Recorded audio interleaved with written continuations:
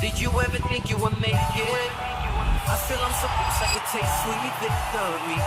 I know this life meant for me. Adam, what's your point? The future looks bright. My handshake is better than anything I ever signed. It's right here.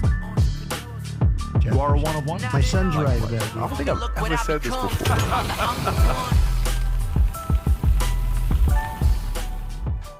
Hey, guys, are you on time? Are you guys here? Because it's 8:59, episode 629. Wake up. It's great to be with And we did it on purpose. all the people that are with us here on time on Friday. This is the first week we've done Monday, Wednesday, Friday, as well as the Bustamante podcast. And I'm that loving went it, out Pat. yesterday. I'm loving Right. Well, Adam's love life great. is taking a hit because Adam, the right. McDonald's guy. Adam doesn't like Mondays, doesn't like Fridays. He likes it to be in between because Monday he has to sleep in and Fridays he has to prepare for the weekend, but Take we're going a to nap make it too. work. Listen, we Right. all have our priorities. All right, let's go through some of the stories that we got. Trump is apparently on his way to Alaska, 6-7 hour flight, and he said that if it goes good, they're going to do a press conference together. Not a press conference, but what did he call it? A press briefing. Press briefing together with him and Putin. If it doesn't, it's just going to be Trump by himself. I love how last minute he just kind of puts that onus on Putin to say, let's see, the world's going to know if this deal is going to go good or not. But he's definitely on his way to Alaska, and Putin is on his way to Alaska if he's not already there yet. Few items we're going to cover today. One, why Americans are rethinking alcohol, according to a new Gallup poll. All-time low. The 90 days that they've been tracking this is the lowest America's ever been when it comes down to drinking alcohol. Why? We'll talk about that. They're obviously not watching the news. Yeah, Putin halts Trump's energetic and sincere efforts to end Ukraine war. If you remember what the Mexico president said a few days ago when Trump wanted to go out there and, handle certain cartel members, Mexico changed their position very quickly. They sent 26 cartel members to U.S. and deal with Trump administration. What happened, Mexico president? I thought you were tough. I thought you said, no, nobody can do this. Now you give Trump what he wanted. Netanyahu offers Iran water. In the crisis, help if regime removed amid shortage. So what a noble guy Netanyahu is to give Iran water. Adam, Vinny was sentimental this morning. He was so emotional that even Vinny brought some water to give to Netanyahu to give to Iran. Yeah. Vinny, from Fiji. It's have very, a sip of my tea. Very. You We're sure? going to talk about that. California City approves a $100,000 fund to help migrants pay rent. These cities you hear about, L.A. and New York.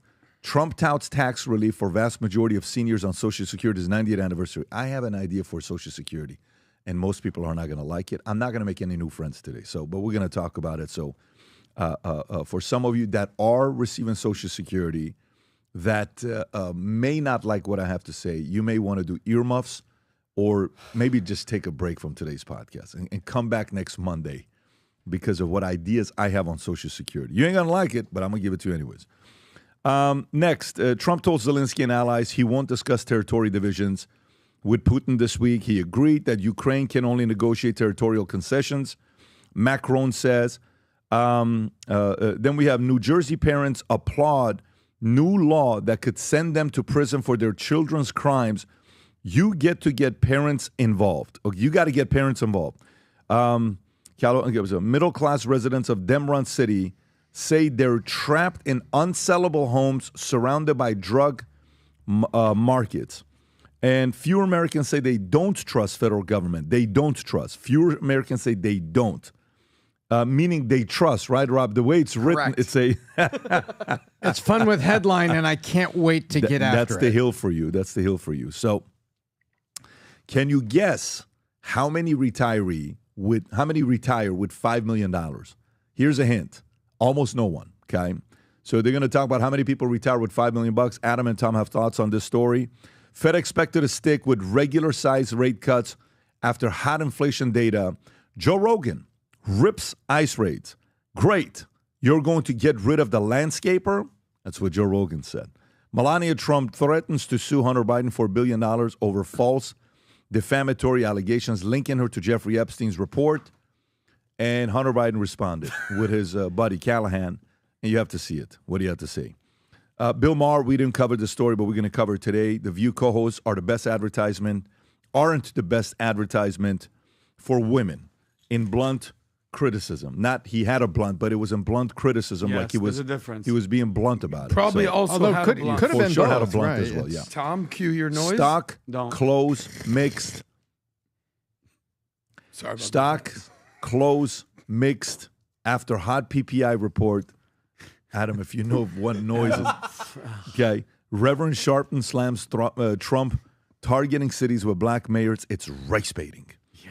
And who was Kevin Watson? Chicago man fatally shot on Facebook live stream. Video goes viral. It's Obviously, bad. we're not going to show the video. No, But but we're he gonna, doesn't. You just hear it. But I mean, I think it's worth showing how the when mayor we get of to it, Chicago when is we so get to great. it, we'll just kind of be cautious about it as we're going through that part.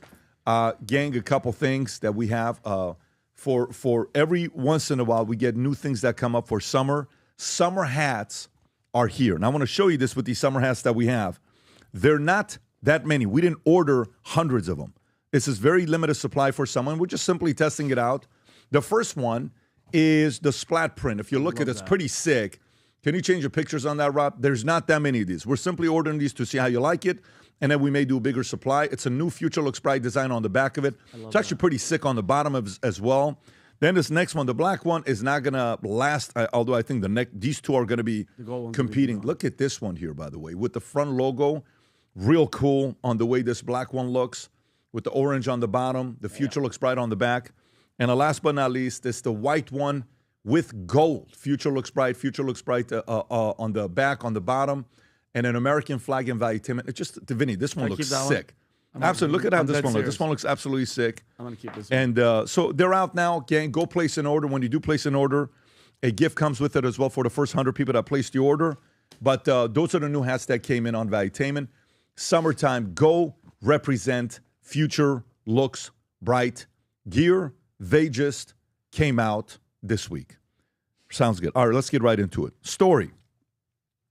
The first story I want to get into is when we're looking at everything. Rob, which one was the story that people said to go with? Can you tell me on the chart? Yes, out of all of the voting in the poll, number one story, Trump meets Putin in Alaska. Okay, so let's go to Trump meets Putin in Alaska. So Putin hails Trump energetic and sincere efforts to end Ukraine war. Rob, if you have that video there. And by the way, something very weird just came out from Hillary Clinton about Trump and Ukraine. But before I show you that clip, watch this right here. This is Putin. Go for it. Tonight, on the eve of their high-stakes summit in Alaska, Russian President Vladimir Putin trying to lay the groundwork, heaping praise on President Trump.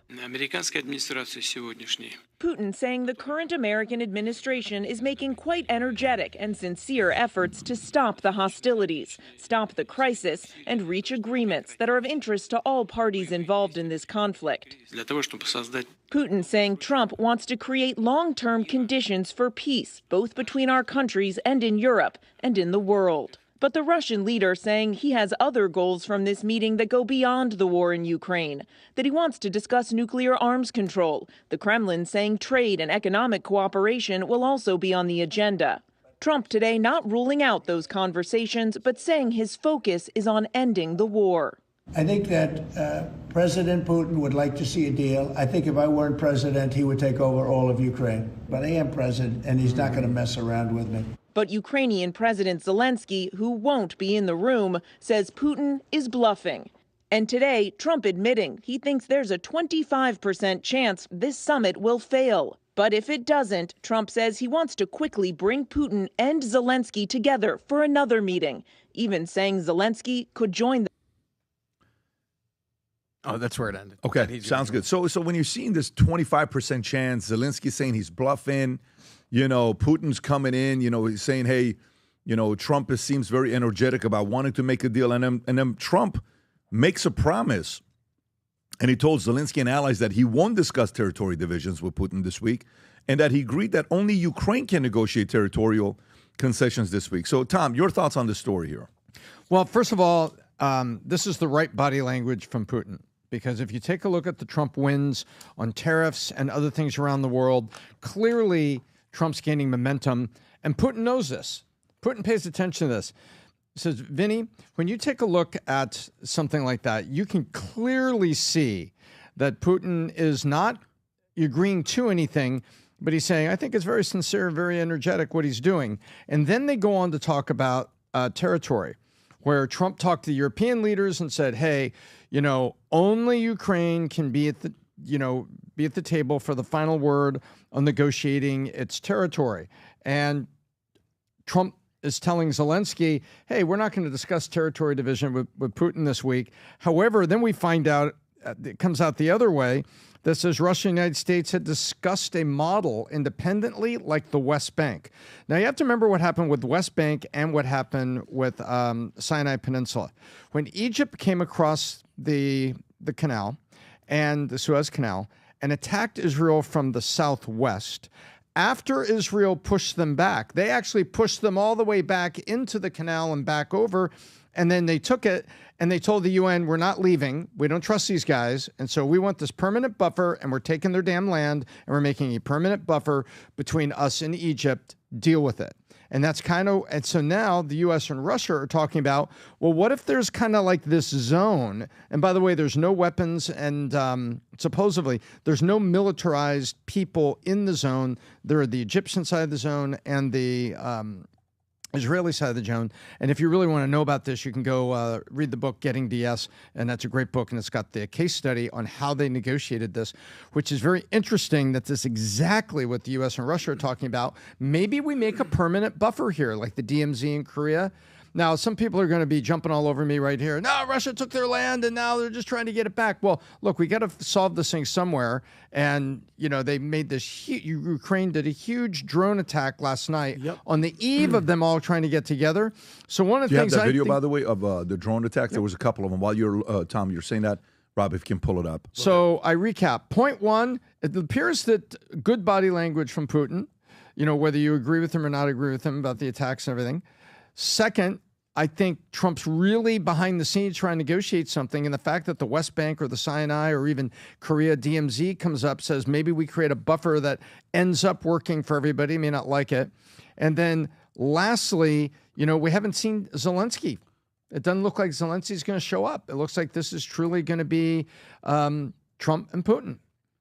So the question here, is that it, Rob? That's one of the ones that was reported on. And so... No, this is the automated airplane. Is that crazy? Yeah, so the drones they've built... By the way, we were talking about this the other day with Ukraine. Ukraine produces, I believe the number was I don't know what the number was. It could have been 1,000 drones a day. Rob, can you check how many drones Ukraine was producing and they were a day? like $500 For a drone, $500, they were blowing up $5 million equipment. That's an what ROI they were right doing, there. just so you know that, what they were doing. But who in here is, yeah, that's right there. You see it? So they do, wow, that's unbelievable. Wow. 4 million drones this year, 200,000 drones a month, and 6,700 drones a day is what they're producing. A day is what they're producing. So you simply put a bomb on it, send it to a bunch of different locations. So a smaller country, lesser, not inferior weapons. They're being a bigger pest to the enemy. That's a bigger behemoth with a ton of nuclear weapons that they have there. The question I got for you guys is this. Putin's saying the following. It seems like Trump is energetic and sincere about wanting to do a Ukraine deal. Okay. So Zelensky says, I think he's bluffing. Okay. Trump says, 75% chance, boom, 25% chance it's a bad meeting. I'm going to do the whole thing myself. Who here needs who the most, and who is just fake actor? Nothing's going to get done. That's the question. Adam. You're asking who needs who the most? Who wants this thing to be done the most? U.S., Putin, or Zelensky? I think Trump wants this thing to be done. He's the one who said that he'll get this done before he's even taken office. Day one. So, look. Who doesn't want it to get done? Zelensky. Everyone thinks it's Zelensky. I think it's Putin because Putin has the opportunity to stop this today.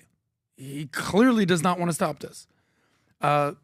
It's shocking to me that people are so anti-Zelensky. So let's compartmentalize. Is Zelensky someone that we enjoy, that we like, that we want to hang out with, that we even want to back up? No. But who's actually the enemy? It's Putin. So, you had the great interview with Andrew Bustamante yesterday. He was basically saying it's really a great return on investment to keep our enemies preoccupied. The reason that we're not over there having boots on the ground, whether it's in Ukraine, whether it's in Gaza, whether it's potentially in China, is let them do the dirty work. And it's basically saying, oh, like, I don't want to go to the restaurant. I don't want to have to go pick up the food. DoorDash that thing. Uber Eats that thing. Ukraine is our Uber Eats. We want to deal with Russia. We want to deal with their propaganda. We want to deal with their warfare. Let Ukraine deal with it. Everyone used to be how Bernie Sanders is like, the millionaires. And then it turned into the billionaires. News for you. If it doesn't start with a T, with a trillion, and it starts with an M, million, it's really not that big of a deal when you're giving people money. In my opinion, Putin wants to keep this war going. Zelensky's trying to just stay in power. He doesn't know what the hell he's doing. And Trump wants to make a deal. Final point. He said in a press briefing with journalists, he said, I'll know within 2 minutes if we have a deal. Did you hear him say that? And a reporter goes, well, how do you know that? He goes, excuse me. This is what I do. I make deals. This is what I do. I think there's a 1% chance of anything good happening. Trump laid the groundwork of 25% chance it will fail. I think it's a 99% chance that nothing happens from this. We'll see. Well, question though. Go ahead, play the clip. Yeah. Meeting with Vladimir Putin, and at the end of that meeting, probably in the first 2 minutes, I'll know exactly whether or not a deal can be made. How do you know? Because that's what I do. Hello? Deals. I mean, it's so true. If you want to know what Trump is, this is what I do. So I make so deals. you're saying 99% chance nothing's going to happen. Yeah. My opinion is different. Vinny, where are you at? Well, Adam, when you say that they're our enemy, we're not at war with Russia. They're not our enemy. They're our adversary. I think China's a way bigger enemy. Are we at war with China? No, not a shooting a gun war. Okay, but so when there's it comes to different types of wars. COVID and buying land and doing all I the, agree with you. Oh, yeah. There's different types of wars. Oh yeah, 100%. But with Russia, You think we're just peaceful and friends with Russia? Not peaceful, but we've been poking the bear with them since the 90s. We told them, But it stop works both ways. No, I understand that. But when it comes to this situation, especially with this meeting, I think Trump is an alpha, huge alpha. So is Putin. They're going to be in a room, hopefully, with Zelensky. He's not even a beta, bro. He's not. He can't compare to these two. And then when you have all the war hawks, I'm hoping the Lindsey Grahams and all the defense contractor people probably weren't in his ear, which I'm pretty sure they're talking to him. And like Zelensky, there's no money if you just piece it up and we just stop right now. If you bow down, we're all going to lose money. You're going to lose your position and you'll look weak. Okay? My hopes are that it happens, but the way that Zelensky is, Pat, with the attitude and coming in the White House, that type of attitude comes from people in your ear saying, hey, go in there and be a freaking tough guy. He's not a tough guy. He's an actor. Who can I ask you a Who question? to Pat's question, who do you think needs it more? Trump, Adam nailed it. Trump, he said he was going to do it. He's a little bit delayed, but I think Zelensky. Listen, because you know what it is? Hundreds of thousands of people are dying. And guess what? With the drones aside, who thinks who's lost more soldiers? Ukraine. Ukraine has. Yeah, and they're running up to them and putting them in vans. Yeah. So to me, this is how I see it, and we can get to the next story, is a guy at the level of Putin or Trump, they don't waste 7 hours of their day going somewhere that they don't want to do anything, and that's a one-way flight. On the way back, it's another 7 hours. For Trump, how long is the flight time for Putin, Rob? That's a good question. Where Putin was going through. What do you mean? Russia is right next to Alaska. Sarah Palin can see Russia from her house. It's not that far. What I'm saying to you is neither one of Moscow them. is 9 time zones wide from the Pacific. So what I'm saying to you is this is not going to be a meeting where guys are trying to, waste their time going to a meeting like this. That's one. They're not going to do it. So there's a reason why they're doing this. There's not a waste of time. So there you go, 8 hours and 20 minutes to Alaska. So you got, Putin's got 17 hours of flight time. Trump's got 14 hours of flight time. Neither one of them are doing this for the hell of it because they need more publicity and they want to get cameras there. Sure.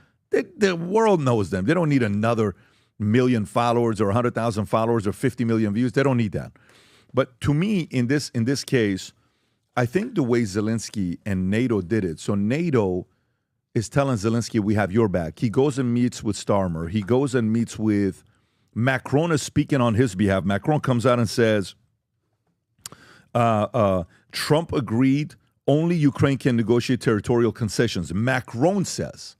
So Macron is now speaking on behalf of Zelensky speak there. So, which means NATO is not for a deal at all. NATO is trying to tell Zelensky, you don't have to give nothing. We have your back. That's what NATO is saying. And Trump in this section, where he can throw a complete wrench inside the whole thing and is capable of doing that, is, really? You guys all teamed up against me, NATO? Really, that's what you want to do? No problem. The country that gives the most money, I'm agreeing to have Putin, Russia be a part of NATO. Go ahead and play that game. So I think Trump is showing this hand, which is 3 cards. Trump's got 2 cards that he's like, nobody knows what those 2 cards are, including Hexet. No one knows it. And all of a sudden, he's going to drop it. It's like that moment when Trump is standing next to Netanyahu. And he says, yeah, we're excited about Gaza. We're going to take over Gaza. We're going to make, and then Netanyahu looks at him like, what? Well, we didn't speak about this. Yeah. You didn't agree to this here. So I think that's the surprise element of Trump that's coming here soon. Yeah. What he's going to say, who knows? But in this case, I think Putin needs this deal the most. I do think Trump wants it for different reasons. Legacy. But I think Putin, honestly, if you think about it, Putin's been publicly humiliated. Zelensky's not been humiliated. Zelensky's been turned into a hero.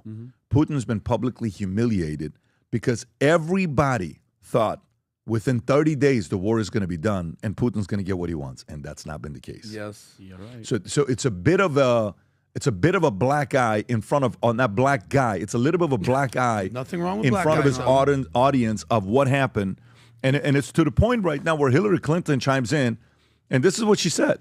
She admits she would nominate Trump for Nobel Peace Prize. Whoa, if he helps end the war in Ukraine. Hillary Clinton admits. Is this it, Rob? Does she say that? Let's see it. It's a deep If fake. President Trump were the architect of that, I'd nominate him for a Nobel Peace that's Prize. respect. We are. Okay, so that's where it there ends you right go. there. So That's what I mean, Jessica Tarlov from and the Fox reason why News. Hillary Clinton's saying it the way she did, you know why she's saying it as confident as she did? Because she knows something that there's no way it's going to happen, or else she would never say that. Right. You think she's involved in the conversations with NATO and Zelensky? You think she's involved with all the Democrat establishment talking to each other on what they're going to be telling Zelensky? You think the insider establishment's told her exactly how the conversations went? Of course. I think Hillary Clinton just gave away her cards in that statement. And the cards are, over my dead body, this war's going to end. And because I know the war's not going to end because I'm involved in it on the inside with some relationships, guess what? I'm willing to say publicly that I would nominate him to a Nobel Peace Prize. Because she knows she never will. If she does, it'll be the first time in her life that she shows a sign of nobility, which is great. But I think that was her having too much information that she indirectly told the world that I kind of know a little bit more than you small-time people out there that you are doing podcasts and shows and mainstream and all this other. You guys are not on the inside. You guys are just, what's the word? You guys are just peasants. You guys are just masses. I know what's going on because I'm on the inside of the conversation. Do you think that she's such a psychopath, self-dealing person that she would rather see the war go on in Russia and Ukraine than see Donald Trump, her bitter rival, Hillary Clinton, receive the Nobel Peace Prize? Do you think she's that diabolical? Just diabolical. Knowing what we know about her. Are you really asking that question? Like, what kind of a question is that? I mean, you're talking about a person that in 2016, do you know what happened to her? She said, "Happy birthday, future president," to herself. Well, that's just an egomaniac, right there. She thought she was going to win. Yeah. But that's different from being diabolical. Oh, I know. This woman is on a whole different level. No, never underestimate the power of There she is. This is Hillary Clinton. I know we want to move on. You know how highly she thinks of herself? Oh, no This doubt. is a week before the election. She wished herself a happy birthday, and then she lost. You think she's ever going to forget this day? No. She's not going to forget this Brutal. day. I mean, listen, every politician is a narcissist in some capacity. Not like that. Guys, I'm with you. By the way, just side note, what percentage of the stories we hear about Hillary, she did this, do you think are actually true? 10, 20, 50, Let me put 100? it to you this way. If 25% is true, Yeah. It's bad. 5% is true. It's bad. It's like when we had Gianni Russo here, it's like, what? Yeah. You slept with you're Madonna, you 10%, did this. It's like, if half the stories That's you say are right. true, you're the man. So, So she's that big of a psychopath. I don't know, but we'll see. Let's go to the next story. By the way, Hunter Biden made a few comments about Melania Trump. Melania Trump threatens to sue Hunter Biden for $1 billion over false defamatory allegations linking her to Jeffrey Epstein. And Rob, do you have the comments that he made about her? Is this the one that he made? So this is the original comment that Hunter Biden made, and then I also have Hunter Biden's reaction to the lawsuit. Okay, go for it. Epstein introduced Melania to Trump. The connections are like so wide and deep. Anyway, why do we think they don't want the files released? I don't know. I think John, that thing that John Hallman says is like a long time ago. I think it's the most accurate kind of assessment of them, which is everything is projection or confession. Everything. So when he puts out that tweet, he says, Epstein now is the Russia hoax or the Hunter Biden laptop. The laptop from hell, which the Democrats swore came from Russia. No, it came from Hunter Biden's bathroom. Like, I wonder if it works. Do you know what I mean? So that's that. He makes that comment, right? And then Melania and her lawyers sue Hunter for $1 billion. Or do they threaten him, Pat? No, they threatened to sue him for $1 billion. And then after they threaten him, Channel 5 Callahan goes, because I think they're living together, him and Hunter. I don't know if they are now, but it looks like they are. That's allegedly. So then here's the question that's asked, and this is what Hunter had to say. Go ahead. Yes, this Andrew Callahan, just for reference, Andrew Callahan asks Hunter if he wants to apologize to Melania. So now we're here maybe to give you the platform to apologize to the First Lady for your statements that you made about her possible connection to Jeffrey Epstein. Fuck that. That's not going to happen. With the language, what are we doing? Okay, so, all right, so there you have it. Hunter, Melania. Adam, your thoughts on this story? So this is Welcome to Gossip Girl Crackhead Edition. Because if you know anything about how Donald Trump met Melania, it's actually a pretty straightforward story. I don't know if you know this, but Melania is a pretty attractive woman. That's not her. That's Hillary Clinton. And she was a gorgeous model, and they were attending an event at New York Fashion Week, I believe, in 1998. And I'm not sure if you know about Trump, but if there's one thing he likes other than deals, it's hot chicks. So he shows up. He sees her. He's actually with another date. And he's like, excuse me, who's this lady over here? Asks for her number. She says no. And then she says, here, give me your number. I'll call you if I'm interested. So that's how they met. What Hunter Biden is doing, wasn't he pardoned for anything he did? Wasn't there some auto pen situation? Yeah, and all he the was crimes pardoned from 2014. It's almost like, remember in middle school, and you get like a hall pass, and it's like, you can go around, go wherever you want. And you're like, I'm the coolest kid in the world. I got a hall pass. I feel like that's what Hunter Biden has right now. He has this hall pass, this immunity of some capacity where he can just say whatever the hell he wants to say, cursing like a sailor. And we know how we feel about that around here, guys. No bueno. And he's just saying the most outlandish things like a shock jock. It's almost like he's trying to become a shock jock podcaster. The last thing I'll say about Hunter Biden is, who's going to carry the Biden legacy moving forward? It's not Joe Biden. I mean, this guy's 8,000 years old. Jill Biden is going to fade away after he passes away. Beau Biden, who was like the quote unquote good son, he died. Ashley Biden, she's nowhere to be seen. So you're left with Hunter, the crackhead artist. And he's carrying the Biden torch, which might end up being a blowtorch. But he's the one that's carrying the Biden legacy, and it might just burn all down if it hasn't burned down already. He's by the way, and there's another clip, Pat, like it doesn't seem to me like he's backing down. He's saying that he's going to be the tip of the spear for everybody. And the pardons, Adam, have nothing to do with this. These are new allegations. This is post. Whatever he does from this point on, he's not protected at all. He sits there smug and he's happy, but this is a huge hole that he's digging himself into. And this is his attitude about if the people want it, he's going to keep going for it. You're right. What I'm saying is the confidence that nothing I've done in the past I can get in trouble for. So let me focus on now. He's not going to get in trouble for saying ridiculous things. Oh, no. That's what people do on the internet. Well, that's what crack cocaine does to your brain because I'm pretty sure it's not as bad as fentanyl. Well, I'm pretty sure the people are telling him, like his team, because mind you, I don't think he has Secret Service protection, but I'm pretty sure he has security and lawyers and everybody. Bro, these are huge claims and $1 billion lawsuit. Obviously he doesn't have $1 billion, but that'll clean him dry. Rob, can you please play this clip, bro?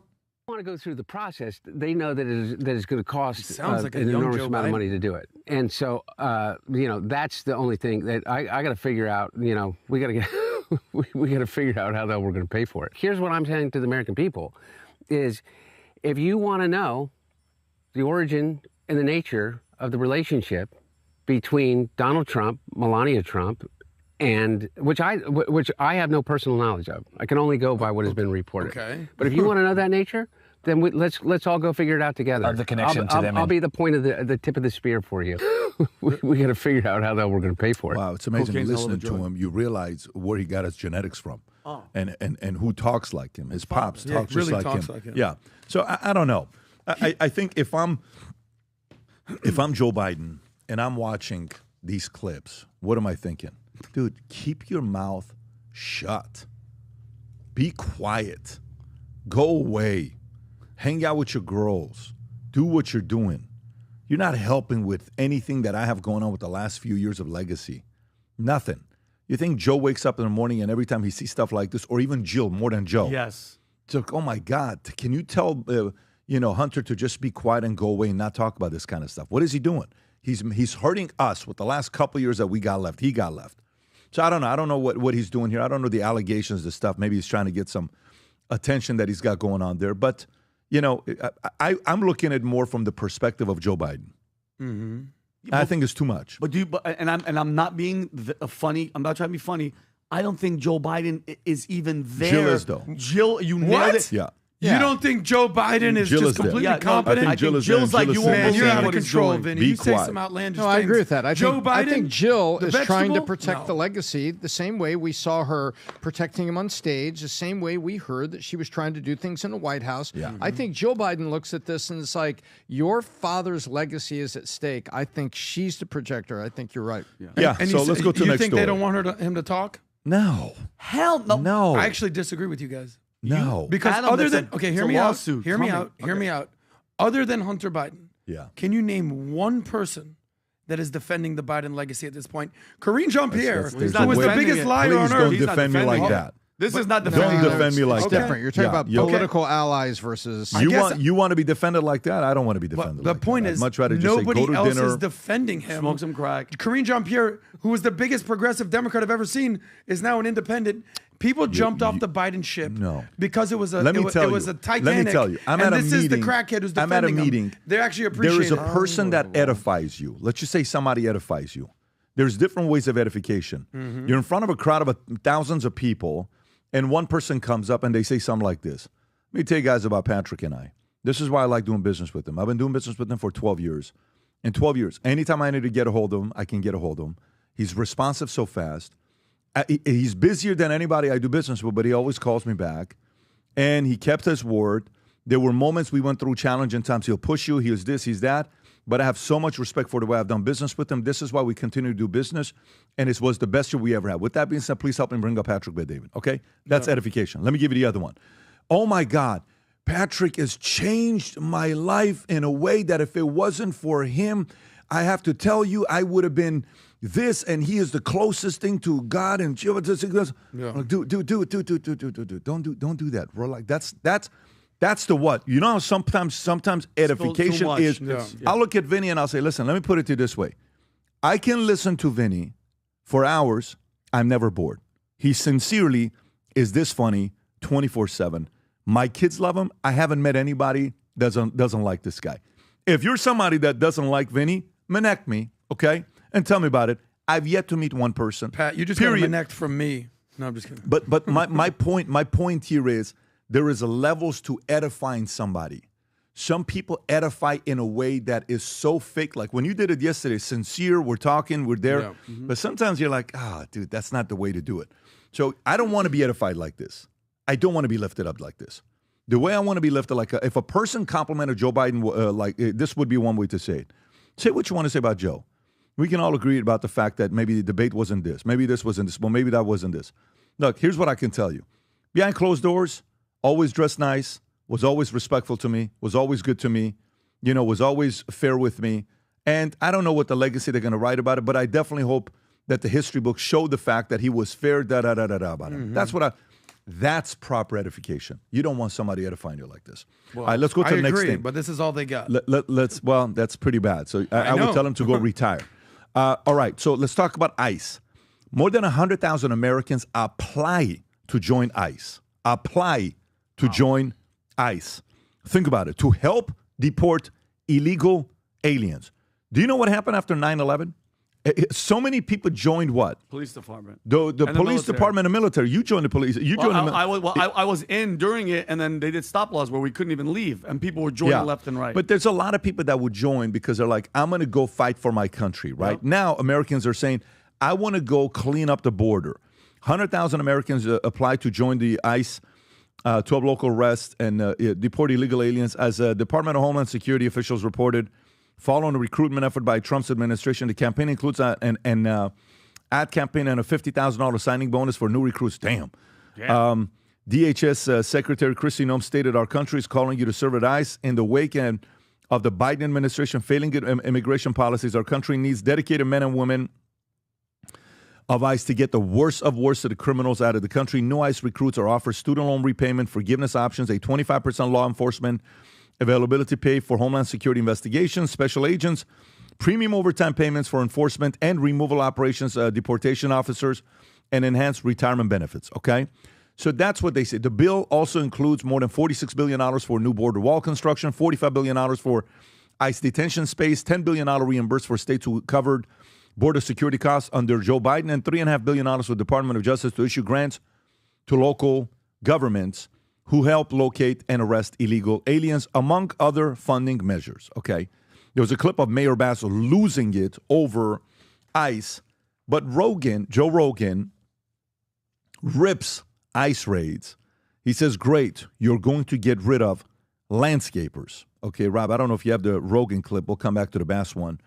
Joe Rogan criticized the Trump administration raids on Joe Rogan explained publicly protests stemmed from a visceral reaction to officers pulling people out of schools and pulling people out of the Home Depot and pulling people that were just hardworking people. He argued that voters expected the removal of violent criminals, not ordinary workers, saying when people thought about ICE, they thought, great, we're going to get rid of the gang members that they think, great, you're going to get rid of landscapers. Rogan pressed. If this is the clip that you have, Rob? Yep. Okay, go for it.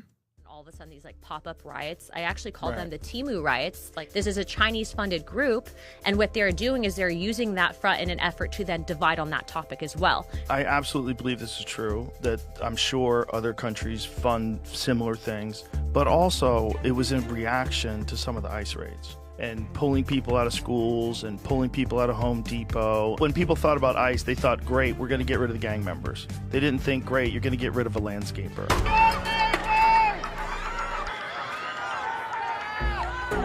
This is what, Rob? This is just B-roll footage of but that's the comments from Rogan. This is L.A.? Yes. Crazy. We were just there a couple days ago, man. This is not the same L.A. You can pause it right there. Okay, so ICE raids, 100,000 people signing up. You're getting rid of landscapers. Vinny, your thoughts on this story? I think well, first and foremost, let's say what the actual problem is. Okay, the Biden administration let in how many? What's the number? I hear 20 million. Tom Homan said 10 million.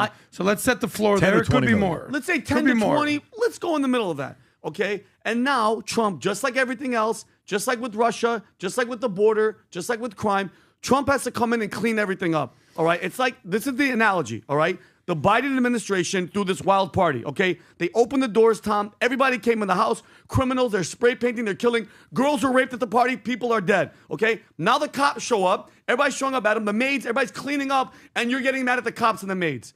I'm sorry, and there's a misconception, and I understand what Joe comes and Trust me, he made a great point about how there could be a way that if you've been here for 10 years or 5 years and you've been paying taxes and all that stuff, even though Trump made it seem like he's going to get rid of everybody, say what you want. Trump is saying exactly what he said. Okay, but there's a misconception that they're just walking into schools and grabbing people. The majority of these raids, Adam, let's say that they're looking for 30 people. 19 of them have arrest warrants, they were DUI, they have felony charges, and they're getting rid of them. I apologize. I am so sorry. If you're here illegally, the first thing you did to come here was break the law. So when he's doing this wide grab and they're trying to get everybody, I'm sorry. Some of these people who are still illegal are going to get rounded up. And it sucks. It sucks. But he ran on it. If you don't like it, then you shouldn't have voted for him. Because that's what I voted for. I voted for getting these people out of here that are illegal. Because how much times do we keep hearing, sanctuary city this, sanctuary city that. All the money has gone to these people. Yes, there needs to be an adjustment, but Trump said he was going to do it, and he's doing it. And that's it. Tom. I love the recruitment. You know, the U.S. Armed Forces, police locally, they've been running programs like this to recruit forever. There have been programs that ran right after 9/11. There's programs that run where, you know, the Army feels that they're below their target, so they put some programs out there. So they're putting a program out here. And what are they doing? They're not recruiting a militia. They're recruiting the permanent staff that is going to stand watch and control our closed border. We've closed the border. Now we're getting more staff that's going to be there. And yes, we're going to continue the removal of people that have a criminal record. The people that they went after, you know, had criminal records. But there was also visual footage that looked bad, and the mainstream media was more than happy to say that's an innocent man in the middle of a field being taken out. You know, did that happen? I don't know, but there was a lot of evidence that they were going after people that had criminal records who were already here illegally.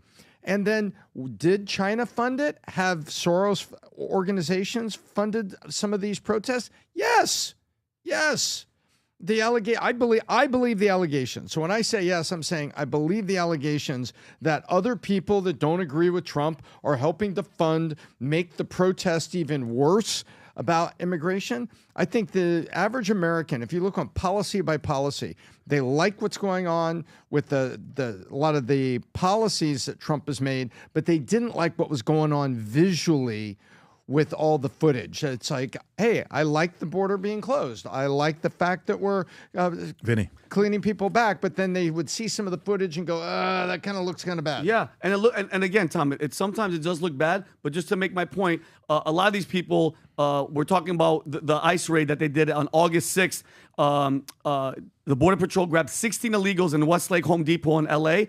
Records showed 6 of them, 16, 6 of them had criminal histories, including a Nicaraguan charged with felony theft in April, a Guatemalan with a prior LAPD arrest for DUI with great bodily injury. He almost killed somebody in an accident. A Guatemalan ICE fugitive with a 2014 deportation order, and 3 previously deported Guatemalans who illegally came back in during Biden. I get it. It looks bad, guys. It looks bad, but if you ask for it, now you got it. The word illegal, people keep missing the point. Guys, we all came here legally. Your family came here legally. My mom and dad, they all came here legally. Okay, besides the fact that, you know what? Let's say out of 100 of them, 5 of them rape and murder and everything. That's too much. That's 5 Americans that would have been saved if it wasn't for the border. And this all sits on Alejandro Mayorkas and the last administration, who, Adam, you want to talk about pardons? Nothing's ever going to happen to that guy. He's sitting at home smiling his butt off because he opened the door and this problem is because of that Biden administration.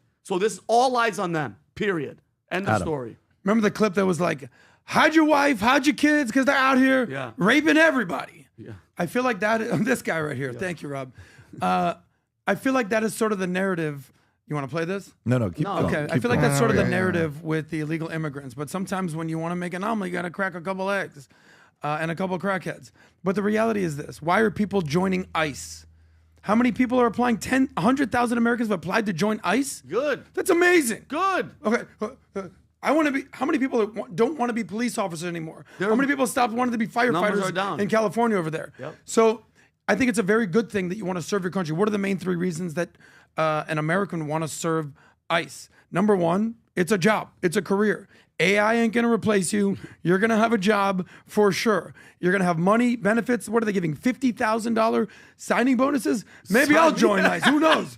Number 2, You want to serve your country, straight up. And we talked about why someone would join the CIA. It's like, bro, you got to be insane. Peter Thiel's, it's like they're doing this because they genuinely want to serve their country for national security purposes and to help the country out. Number 3, and I think this goes for both sides. They genuinely feel like they're doing the right thing. This is what the people that are protesting against ICE feel very passionately that they're doing the right thing. Yeah. The people that are joining ICE are feeling passionately that they're doing the right thing. This is a 2-part thing, right? One is Joe saying that they're coming after the landscaper. So the one thing why Joe is loved is because Joe has a soft, he has a heart. Empathy. That is the reason why he has the empathy and he can kill you, right? So he's got that combination of how he's the gentle guy that also has a heart when he sees things like this. Story comes out here. Secretary Noem announces 1.6 million illegal aliens. This is yesterday or today. This is a few hours ago. 1.6 million illegal aliens have left. This is self-deported. In the first 100 days as secretary, in the U.S. has seen a decline of 1.6 million illegal aliens across the country. So watch this. Q1 2021, Biden, 10.2. Next year late, 11.4. Next year, 12.6. Next year, 40 million. Next year, 16 million, right? And that from 15.8 million to 14.2 million, 1.6 million out. Now, they're saying ICE has only been able to get how many? We've heard the number. How many people have they been able, has ICE gotten themselves? It's 100,000. It's not a big number. It's less than 200,000. Yeah, it's less than 200,000. But guess what? The advertisement, the messaging, all of that, a lot of people are like, screw this, I'm going back to Mexico. Yeah. Don't even worry about coming and getting me. I'm going to go back to my family. So the 1.6 million that have self-deported is a part of, that's the number. Yeah, ICE has removed in the first 100 days was 66,000. Not a big number when you think about that. No. So let's say it's 100,000 that they actually got. But say 1.6 million self-deported. That means they did that. That's a part of what they did. So to those that are sitting here saying, well, you know what about this and what about that? Guys, this was his top 3 issue was the border. He ran on this in 2016. Build the damn wall. He's been saying this for 9 years, that this is what he's going to be doing. Okay? And guess what happened the moment he came in? People coming through the border went to 0. Nobody has even wanted to come here anymore. Nope. It's like illegally, no. Legally, God willing, I'm going to wait to see how I can end up coming here. Right. But to me, I believe the number one most important thing anybody and everybody thinks about when it comes down to family, kids, is safety. It's the S word. Keep me safe, keep me secure. If you can't do that, I'm not with it. It's the same exact thing he's doing in D.C. Like when you see this Mayor Bass of L.A. saying something like this is her, by the way. Watch her reaction. Look how she reacts. Watch her rage.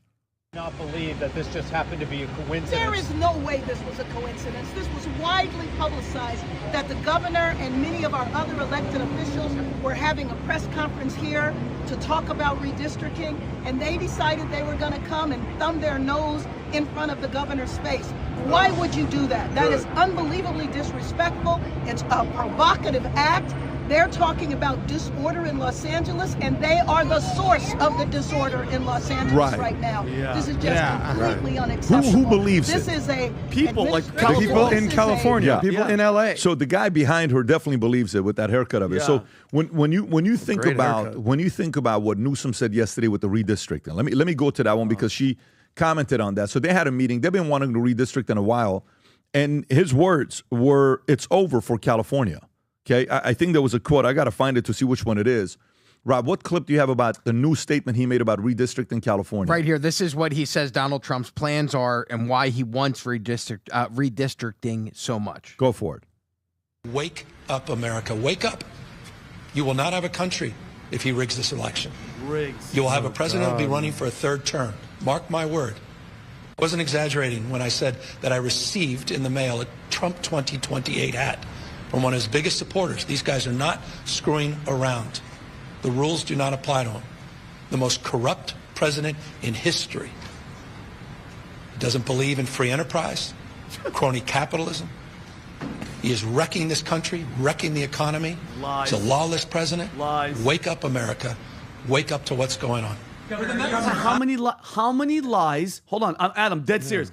How many lies did he just say factually in that statement? Lawless, the economy sucks. And by the way, Rob, the one that I sent you, the image, I'm telling you right now, remember I made the bet with Sam Cedar, the most handsome guy in the world, that he said that he was going to be the front runner. He's going to be the front runner. And just that Rob, that right there. Pat, when you look at this, this is it. This is the presidential look that he's going for, and he's completely full of crap. And when you ask, who's buying it? Who's buying the Karen Bass? By the way, I'm shocked. She's even in the country, not on vacation when shit's going haywire. I'm shocked. I'm shocked that they're doing it. But you said it, Adam. I'm sorry, Pat, you did. The scariest thing is he's not losing any support. Those people standing out there in Californians are like, yeah, and they're still going to vote for them, even though their city, their state is going down to, I can't even say. Let me tell you one thing I know for sure. California is not America. We just came back from LA and Pat did the debate, the Jubilee thing. Oh, wow. I couldn't believe These people are so far gone. Oh my God. That they can't be redeemed. Now, let me qualify this. They're actually smart. They're not idiots. They're well-read. They're educated. They have strong opinions. They got the vernacular. They know what's going on, but they're fighting the wrong fight. And they're defending the wrong people, and there's no switching these people. So if you're Gavin Newsom now, that's your audience. Gavin Newsom still is the governor of California. That's his first priority. Yes, he wants to be president of the United States one day, obviously like that. That's his audience. That's his megaphone. So he's saying the things that the people in California want to hear. These people are so far gone, they're not redeemable. Thank God that there's common sense people in the Midwest, in the Bible Belt, in Florida that are like, dude, save your crap for a person. There's a lot of common sense people in California. That's the reason they've been planning the redistricting before anybody else was talking about redistricting, because they freaked out about the compositional change to California after the election. And so he's out there rage baiting. He's out there the dog whistle to his followers. He's out there headline chasing, and he's trying to posture himself. And he really has no record to run on. You look at the fires, look at the economy, you look at the job loss, you look at California's tax, you look at what's going on, you look at the controversies that are having over what appears to be a land grab in the Palisades that's being done legislatively with laws. And you see a man without a country. Also, the minute he steps east of Las Vegas, the Democrat polls are different. J.B. Pritzker has got tremendous support. And so this primary is not in a FedEx being sent to Sacramento that says, hey, man, see you in February 28. Here it is, and it's your size. It's tailored for you. Come on, baby. The water's warm. That's not what Gavin Newsom's about to find. J.B. Pritzker and the DNC are really not with Gavin Newsom. That part's going to be fun to watch. But you can see what they're after right now.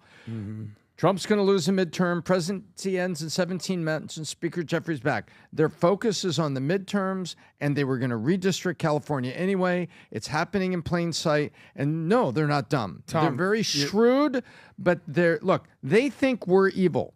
Liberals think conservatives are evil. We just think they're wrong, and we want to process it. Honestly, Tom, everything you said, I agree. You're right. The only thing I'll give you a caveat on, you said Gavin Newsom has no record to run on. That doesn't matter.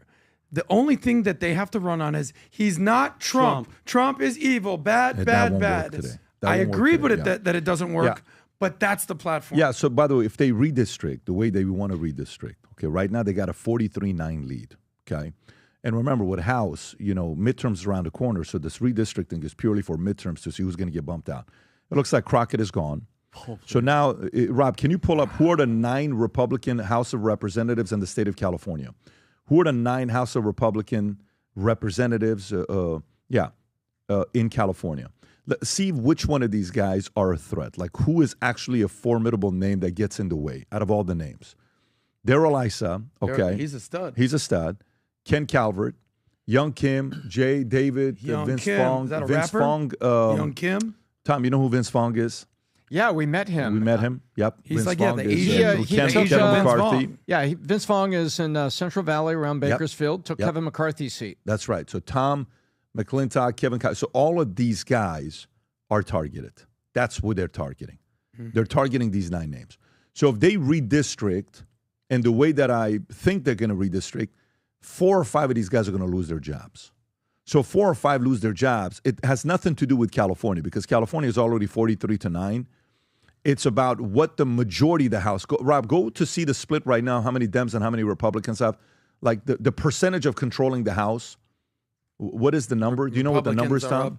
I know Republicans are up, but by how many, though? 10 maybe, give or take? It's not a big number. It's not like they're up 40. The score is a very close score. What is the number? Let's see here. So if you look at this, you got what, 219 to 217. So check this out. So if he's able to, So if he's so 7 seats, gotcha. So if he's able to flip 4 in California, you know what that does? Add 4 to Democrats, which is 216. Take 4 away from Democrats, which is 215. Democrats now control the House. If Abbott does redistricting, which they just got approved by the Senate, even though the other 9 people didn't vote, they go and they do flip 5. So that's the 5-4 plus minus. 1 goes to Republicans. But who else will be doing that? DeSantis is talking about being able to do it in Florida, but in Florida they can't do it dramatically like some of these other places can do it with these weird salamander type of stuff that they're doing. Sensible law somebody did 100 years ago in Florida. That's right. So the reality of it is the Democrat, and Newsom is trying to say, I'm going to do, and, you know, in a way, he's saying destroy the Republican Party for many years to come. If he does this, he's putting the onus now on Trump. But again, Newsom is a professional politician, and he knows what he's doing here. So a part of this story is the ICE. A part of this is redistricting. Rob, make sure Humberto makes this into 2 clips, not just 1 clip, of what happened with the, because I'm looking at 21 minutes, but let's make a note of that so Humberto knows this. All right, let's go to the next one. Just a couple of days ago, the president of Mexico, Sheinbaum, when the president, White House says, hey, we're going to be going and to clean house in Mexico because they're looking for certain cartel members. She said, there's no way you can do this. There's no way you can come over here and da-da-da-da, all this stuff, right? And I don't know if you have that or not, Rob. Is this it? Yes. She wasn't for us doing any of it. Go ahead and play this clip. This was a couple days ago.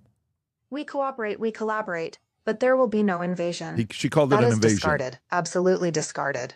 In addition, they have expressed it in all calls, that it is not allowed or part of any agreement, much less. When they have come to raise it, we have always said no, that we can collaborate in another way. Okay, so she says that. Couple days later, guess what? Mexico sends 26 cartel members to U.S. in deal with Trump administration, okay? And she made his job actually easier. This is a lot easier if you send it to us than us having to go and get it.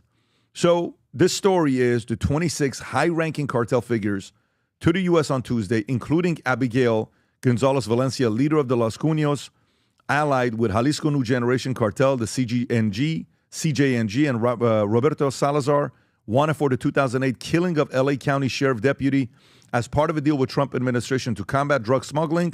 Mexican Security Minister Omar Garcia Harfuch stated at a Wednesday news conference, these transfers are not only a strategic measure to ensure public safety, but also reflect a firm determination to prevent these criminals from continuing to operate from within prisons to break up their networks of influence. Rob, can you play this clip? Jalisco and Noreste cartels to the U.S. That also includes one suspect who is accused of participating in the 2008 killing of a Los Angeles County Sheriff's deputy. Attorney General Pam Bondi writing, quote, these 26 men have all played a role in bringing violence and drugs to American shores. Under this Department of Justice, they will face severe consequences for their crimes against this country. From what I'm reading, these 26 individuals, cartel members or leaders, I believe that the U.S. promised to seek the death penalty in order, as part of the deal, to get them here. What's Mexico's, what is their incentive to send those folks here? Well, If you remember, when the Trump administration designated the cartels as a foreign terrorist organization, obviously the Mexican government got incredibly nervous about that because that gives incredible power to the U.S. government to pursue the cartels. So the Mexican government is now cooperating with the U.S. government because it does not want U.S. forces going into Mexico to take care of the cartels, which have been a direct threat and have been terrorizing Americans, in which this administration is clearly not going to tolerate it. So what I find encouraging about this is the collaboration now between the U.S. government and the Mexican government, so that, the Mexican government doesn't get any more of the direct kind of ire and attention from the Trump administration. Yeah, a major win for the Trump administration, because the last place these 26 cartel leaders would want to be is in U.S. custody. And our relationship with Mexico is unique. Right there. So when you hear that story, why wouldn't they want us to go grab the cartels out of Mexico that are causing havoc in their country? Is it because they are owned and controlled by the cartels? Is it because they're afraid of the cartels? Why is that? I think you just hit on it. Everything there's been alarm bells going off in my head when I read this. I said, okay, this must mean, because we see what happens in the election. They kill candidates, they kill judges. It's still happening. And the cartels have tremendous influence and control over parts of the Mexican government. And I think, remember, some of these guys were already in jail. Some of these guys had already been, captured with U.S. assistance. So remember, these 26, this follows the 29 that were sent to us in February. This is now 55. And so I think that some of the cartels that are controlling the Mexican government are giving up guys that are in prison because they don't want the U.S. military coming across the border and disrupting on a wide scale. Because watch, which is operating, Vinny, check this out, which is operating and which is not operating. The guys in prison have influence, maybe they call shots, but they're not really operating. The guys on the ground are operating. Mm-hmm. They're operating everything they've got, the human trafficking, the drug manufacturing, they're operating all that. The minute we come across the border and we put raids, we disrupt operations. Meanwhile, they just take 26 guys out of prison who may be calling the shots, but they're not operating. Do you see where I'm going? Mm-hmm. So I think the cartels are like, man, we do not want the U.S. military coming across here and busting up the stuff that we got going right now. We can't have this. And I think there's this very delicate détente and a negotiation where I believe the cartels have influence and said, you know what, these guys are in jail, kind of screwed. We're not going to get them out of jail. If they get released, the U.S. is going to freak out anyway. Why don't we just send these 26 over the same way we sent 25 over in February? I think it's that way. I don't think this is the Mexican government standing up and being all noble and purely law and order stance and looking forward and protecting these citizens. I don't think that's the story here. Vinny. Well, I think, by the way, she came out of nowhere. Do you guys remember running up to that election from 2018 to 2024? I believe 87 mayors were killed, beheaded, and everything from the cartels or whoever in Mexico, and then she gets put in. So I feel, my opinion, that she's the one that they want to be in there. I don't know all the details. I'm not really that deep into Mexican politics in Mexico, but Tom, 26 individuals here that are going to be in our prisons. I did the math. That's cost per year. For, let's say, 30 years, they're going to be in here, not the ones that they execute, $65,000. So we're talking about the American taxpayer is going to be paying roughly $31 million to $51 million to have these people here to take care of them for the rest of their lives, not including medical costs or this or that. Why are we taking them? Why can't they just deal with these problems, keep them themselves, and hold their foot to the fire in terms of justice? According to them, they have lowered homicide by 25% in Mexico. Can you verify this, Rob? If Scheinbaum has lowered homicide in Mexico by 25%. Apparently they have. Now, again, that's their data. I don't know. They're saying they have. But Pat, why do we need to, why should we, can't they put them in jail and do why do we need to take them in and take care of these people? Not the ones that are going to get the chair, because we're going for the death penalty, especially the ones that are trying to kill or have killed cops. Why can't they just keep them in their prison? Well, I'm still confused on why do we have to take these people in? Why are we taking all 26 of these people? They cut a deal. And to do what with them? But What, can't they, if the guy killed a cop or killed whatever, can't they give him the death penalty there? I'm coming across, and I'm going to do this myself. And they're like, we don't want Trump to do that. Just take the bodies yourself. Here, I'll give you 29 guys in February. I'll give you 26 here. That's 55. Take them, fill them full of sodium pentothal, make them sit naked on a hibachi, get their attention, and get all the information you want from them. You don't think that there's probably some of that going on? Okay. We're good at that. I got you. Okay, so this is like a Rob, like we're not going to come and invade. In her first year, approximately 11 months, Sheinbaum has achieved a 25.3% reduction in daily homicides, which fell from 86.9% to 86.9 a day to 64.9. This marks the lowest levels since 2015. So she's doing something. To give her credit, she's doing something about it as well, with numbers. And Rob, is it true we don't have a military base in Mexico? I don't think we do. Can you check that we don't have a military base in Mexico? Yeah, I mean, look, if you think about one of the issues, top 20 issues, Trump, 47. You know what was? Yeah, we don't have a military base in Mexico. Okay, that makes sense. So if you look at one of the issues that Trump ran on was what? Border.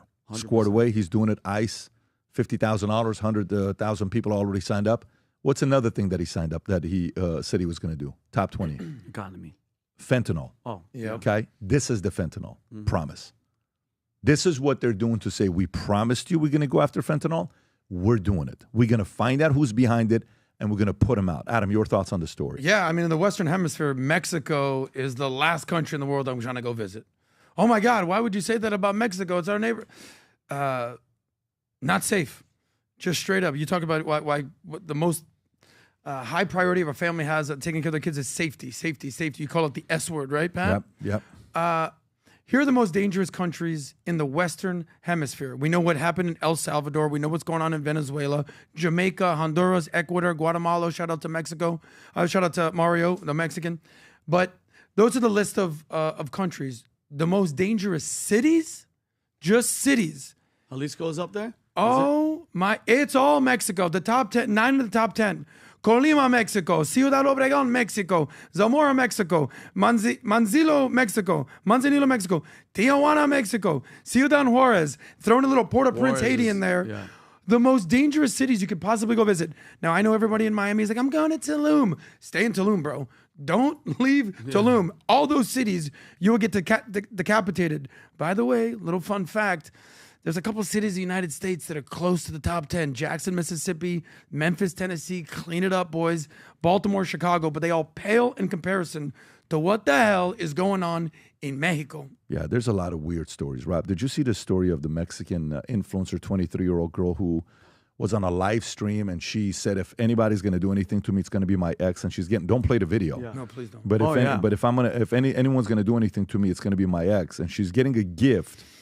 Apparently, she's getting a gift. While she's getting the gift, and she gets killed. Beautiful girl. Which is a top member of the Brutal Jalisco Nueva, the whole CJNG. Damn. And is also suspected of murdering a Venezuelan model in 2000. Her body was found dumped in a sewage canal. This happened. The story of this 23-year-old Marquez was shot on May 13th.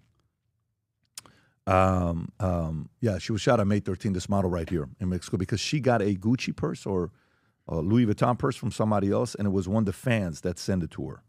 And he wasn't too happy about it. But apparently the murders are actually up by over 700 deaths. So again, you nailed it. You don't know. That's numbers that we're getting. We don't know the stats. You don't know the data. We don't know the Careful data, if you go to Mexico. Yeah.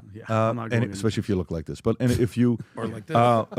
If you look like that, there's other places. Oye, gringo. Yo quiero tu dinero. I actually think you would fare well in Thailand. Oh no, my friend's there doing some dirty work out there. I think he's you out would fare there. well over there. So shout out to our buddy that's out there. Yeah. So let's talk about another story, something that's very sentimental to Vinny. Netanyahu offers Iran water. Iran water crisis help if regime removed amid shortage. So apparently, in Israel, is this it, Rob? Yes, sir. Go ahead. I mean, he's a great. Go ahead, Rob. And action. Pour the water. Oh, he's trolling. This is so. Today I'm going to make an unprecedented offer to Iran. It relates to water. The Iranian people are victims of a cruel and tyrannical regime that denies them vital water. Israel stands with the people of Iran and that is why I want to help save countless Iranian lives. Here's how. Iran's meteorological organization says that nearly 96% of Iran suffers from some levels of drought. Issa Kalantari, a former Iranian agriculture minister, said that 50 million Iranians could be forced out of their homes due to environmental damage. 50 million. Millions of Iranian children are suffering due to mismanagement, to incompetence, and the theft of vital resources by the Iranian regime. Now, Israel also has water challenges. We've developed cutting-edge technologies to address them. Israel recycles nearly 90% of its wastewater. That's far more than any other country on earth. We invented drip irrigation. Our technology targets individual plants with exactly the nutrients they need for each plant. Israel has the know-how to prevent environmental catastrophe in Iran. So I want to share this pause it right there. information. So, by the way, he's going about it to kind of get the people of Iran against the government, which totally makes sense. But this is also happening. A part of the story is true because as you read the story, Iranian President Masoud Pezeshkian warned of severe water shortages, with Reuters reporting that Iran could face critical shortages as soon as next month, worsened by 5 years of drought and poor resource management, as seen at the Amir Kabir Dam near Tehran, okay? So there is credibility on what's going on with Iran and the water story. However, the president responds back and he mocks Netanyahu over pledge of help in water crisis.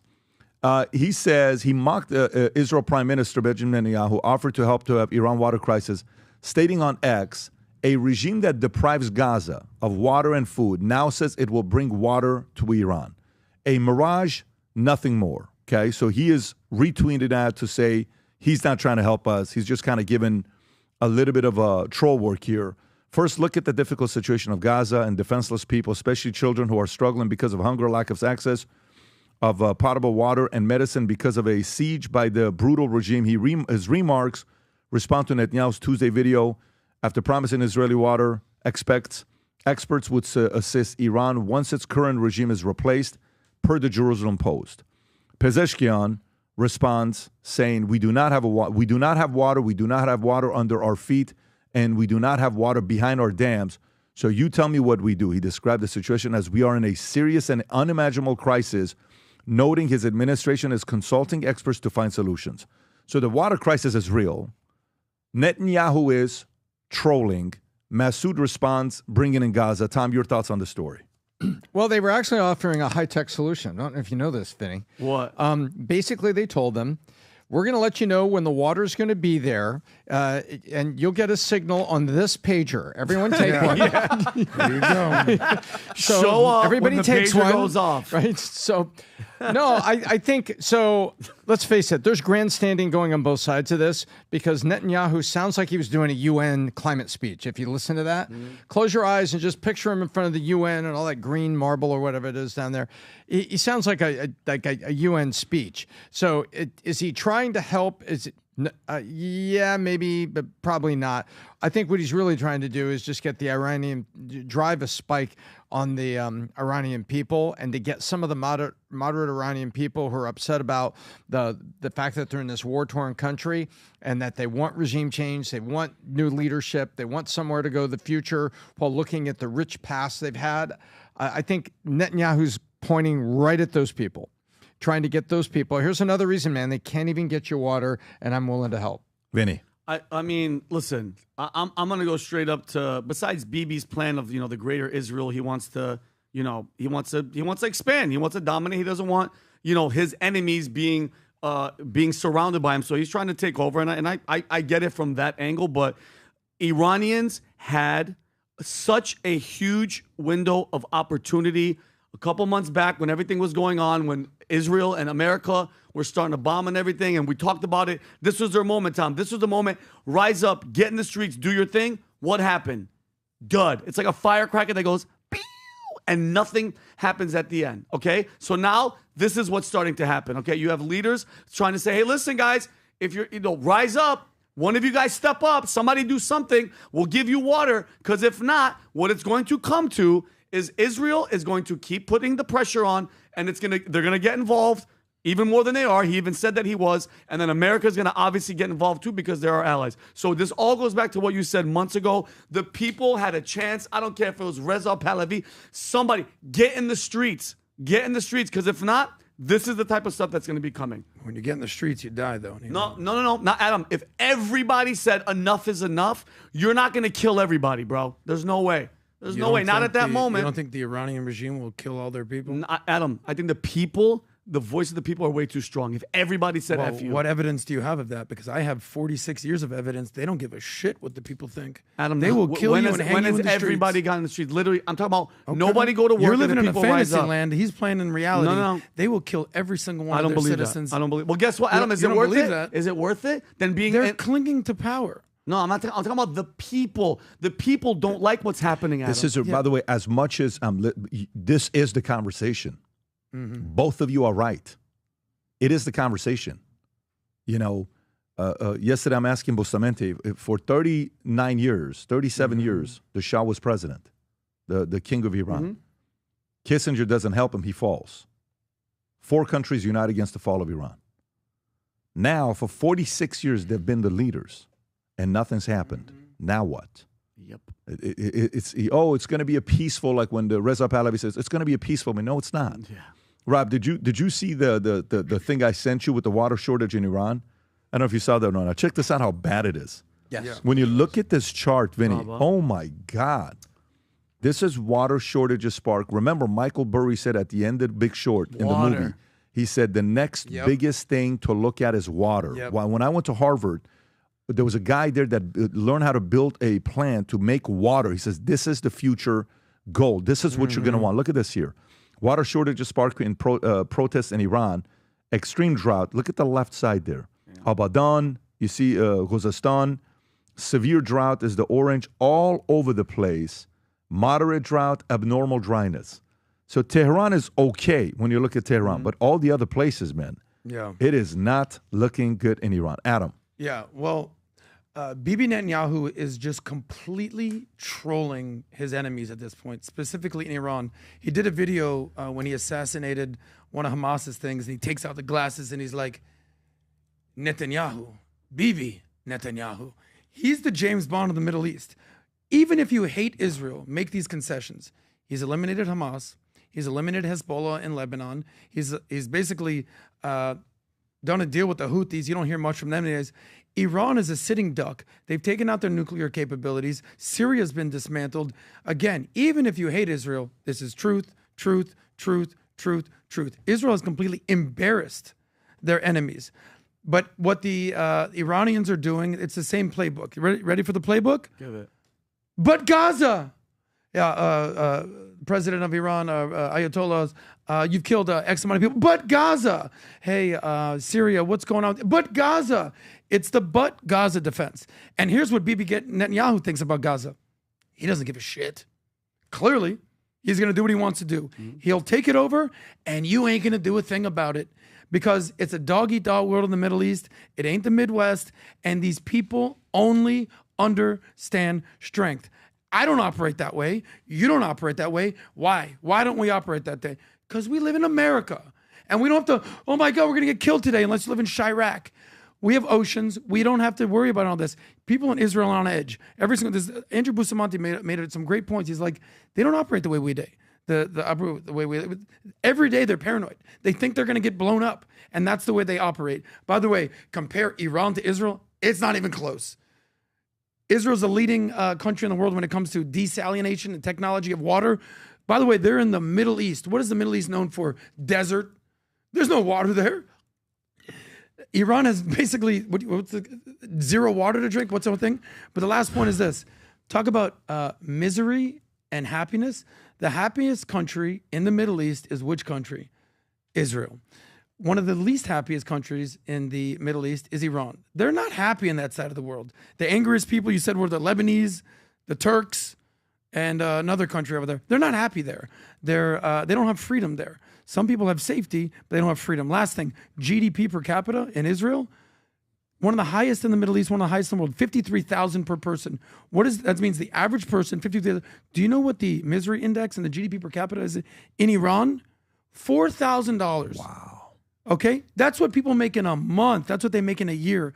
And it gets worse in Yemen, in Syria, in Afghanistan. Yeah, but they're very poor and very miserable. Yeah, there. I mean, somebody could say, well, it's because of the sanctions we put on them, so nobody does business with them. But there's a reason, because you don't have diplomacy. But if you go to this, I just asked the question. I said, how bad is the water shortage in Iran? Look what it says. It says, as of 2025, Tehran's main reservoirs were holding only 13% of the capacity. With Lar Dam, Rob, can you type in picture Lar Dam? Just type in picture just to see what Lar Dam looks like. Lar Dam is only at 1% of capacity of water, Vinny. Damn. 1% of capacity of water. It's 1% full. And then inflows were down 28% year over year. Karaj Dam dropped 58%. Lar down 34%. Telegram is down 33%. While Latian and Mambo together decreased 47%. Nearly half of Iran's provinces are officially water stressed, outpacing available supply. The nation is experiencing not just a drought, but what many call water bankruptcy, with looming day zero scenarios. Day zero scenarios? Citing running dry within weeks. Weeks. This is not like a issue that's 10 years away, 20 years away. It's here. This is here, right? And over the past 5 decades, roughly 70% of Iran's groundwater reserves has been depleted. Tehran, for instance, experiencing land subsidies for up to 25 centimeters per year, indicating collapsing aquifers. Study revealed over 3.5% of Iran's land area, impacting nearly 90 million people, is sinking, with some regions affected by sinkholes and irreversible ground collapse. This is a real issue they're dealing with over there. And at the end of the day, you can look at the government as an enemy. You can look at Khamenei or all the president, everything they're doing, but the people are the people are the people. Nearly 85 million people, give or take, are suffering with water. It's water is a very, it's a, you don't think about water because you have all these bottles of water here, and many times we'll just leave the water, we'll drink a little bit and boom, it's out.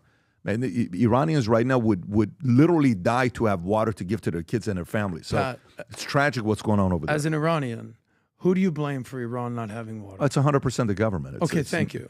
Yeah, it's 100% the government. It's the government's in the way of the people having the life that they can have. And the government will blame Iran. The government will blame U.S. The government will blame Saudi. The government will blame Israel. Government will blame anybody and everybody except themselves. And what's the whole thing? Maslow's hierarchy of needs, food, shelter, water. Think about how many billions Iran has spent on proxy wars, on their nuclear ambitions, on funding terrorism, outsourcing all the drama that we see in the world. And their people don't have water? Yeah. This is Iran. Well, let's get to the next story. It's tragic with what's going on in Iran, but it's a real thing. It's happening. Next story I want to get into is a different kind of a story, but I'm going to read this and I'm going to give you my thoughts. Trump touts tax relief for a vast majority of seniors on Social Security's 90th anniversary, okay? So when he says this, President Trump's proclamation issued Thursday to mark the 90th anniversary of Social Security Act signed by FDR, described it as a monumental legislative achievement, stating, to this day, Social Security is rooted in a simple promise. Those who gave their careers to building our nation will always have the support, stability, and the relief they deserve. The proclamation highlights his administration's improvement, including technological advances and a reduction in average telephone response time from 30 minutes last year to 6 minutes, and 80% decrease. Trump claims these efforts ensure Social Security now stands stronger and more resilient than ever before, counting Democratic criticism of workforce and one big beautiful bill. The administration completed over 3.1 million payments ahead of schedule, totaling $17 billion to eligible beneficiaries, and the proclamation notes provisions in the Republican spending package signed last month allow the vast majority of seniors who receive Social Security to pay absolute nothing in taxes on their benefits, which Trump calls the largest tax break for seniors in the history of our country. Rob, so is this him signing it? This is, and then he praises the Social Security commissioner. Go for it. He's brought with him some of the most talented people in business, and they were making a lot of money, but they made a lot of money. They had money they didn't have to make anymore, and they just want to do this. They want to have our country become strong and good, and that's what's happening. And we're doing that in a lot of locations, a lot of areas. You deal with some of the people that are commissioners, that are secretaries of state, secretaries of Treasury and of Commerce, people that were really, really successful people, and they gave all that up to make a very small amount of money. They don't even consider it a fraction. You say 1%, less than 1%. That's pretty good. That's a big pay cut. Okay, so you see this here, and obviously it's nice, it's great, everything that they're talking about. But then when you get your Social Security statement that comes in, and many of these letters, it tells you the account's going to be insolvent by 2033, that it's going to run out of money. Mm-hmm. And one part that we don't think about, every president is afraid of having the Social Security conversation. They're all afraid of it. You know why?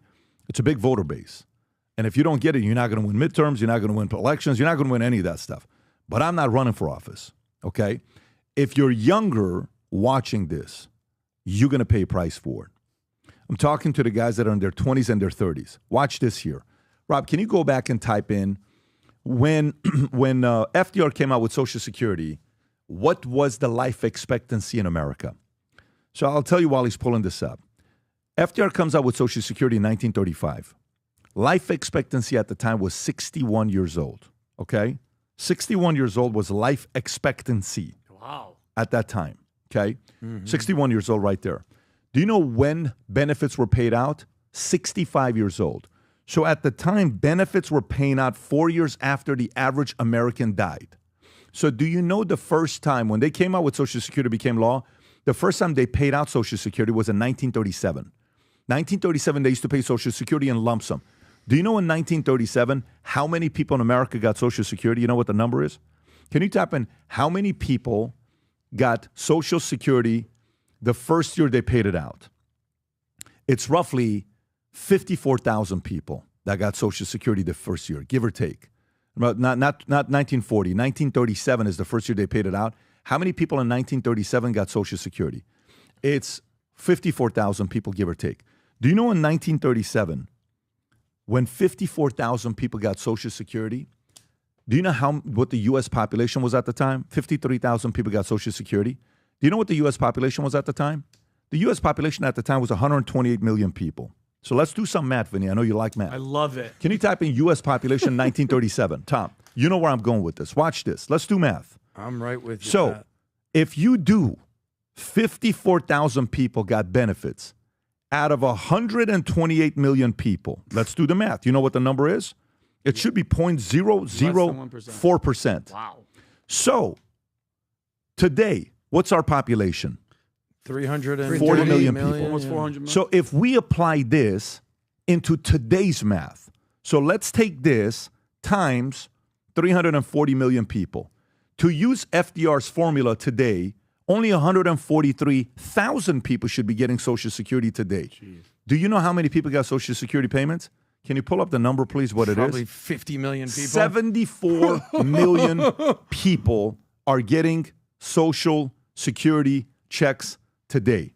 Mm-hmm. The number is right there. 74 million people are getting Social Security checks today. So let me get this straight. We started off in 37. Average age was, life expectancy was 61. Benefits started at 65. Only 54,000 people got the benefit out of 128 million, 0.0004%. You apply it to today on 340 million, it should be only 143,000, yet 74 million plus got it. And if we applied FDR's calculation on when Social Security benefits should start, you know when it should be? Rob, can you do me a favor? What is the life expectancy today of Americans? Like, what, you guys want to guess? What is 72? More than that, buddy. What is it today? What is it today? High 70s, low 80s. What is it today? 78. Okay. Do you know what that means? If we use the same exact principle of Social Security starts 4 years later, 61, 65, and that was when we were living 61. Now you go to 78. You know when benefits should start? At 84 years old.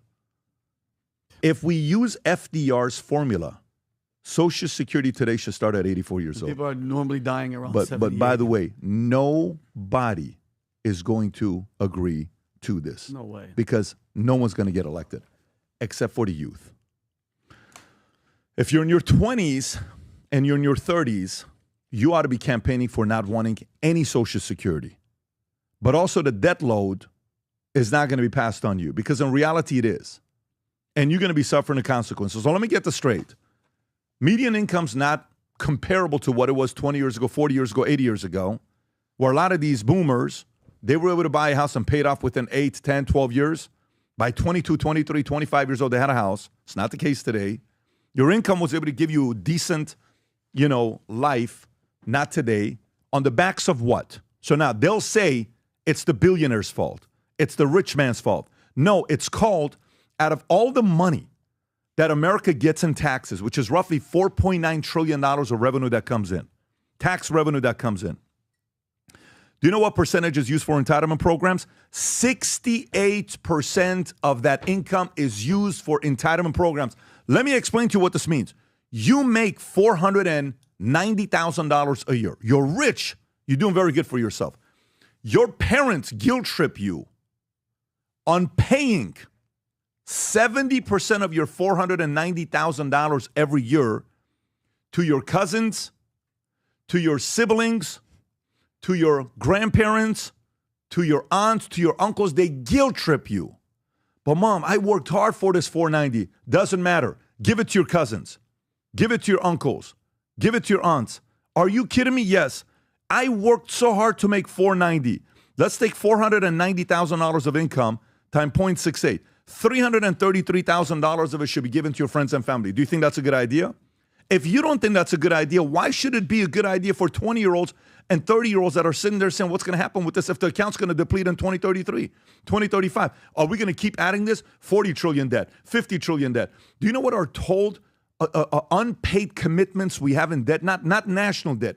Our national debt is what, roughly, Rob? $38 trillion? Our national debt is $38 trillion. What is our total, national debt clock will say what? Let's look at this here. $37.2 trillion. Yeah. But what is our complete debt that we have to all the programs combined? Right there, it's on the side. Probably it's on the side, $100 trillion. Right there, it's $105 trillion. Yep. Wow. And that's our commitment to Social Security, commitment to everything else that we have. That's your debt. That's your debt. To all the young folks that are watching this, that's your unfunded debt and interest. Forget the $37 trillion. That's it. That you have to pay for. How do you think that money is going to come? You think we have that much oil? You think we have that much Bitcoin? You think we have that much reserve in gold? You think we have that? How much do you think we have in gold? You know how much we have in gold? You know when we say our gold reserve. How much is our gold reserve, Rob? Can you go to our gold reserve? How much do we have in our U.S. gold reserve? Look at the number. It should be $400 or $500 billion. Well, it's gone up now. But it should be a what's the number? What's the dollar amount that we have? Book value. Total, okay, there it is. Overall, the U.S. reserve gold is now $757. Fort Knox alone is $388. We have $757 billion. Oh my God, that's so much money. Go back to the debt clock. You know how much that is? Nothing. That's the change.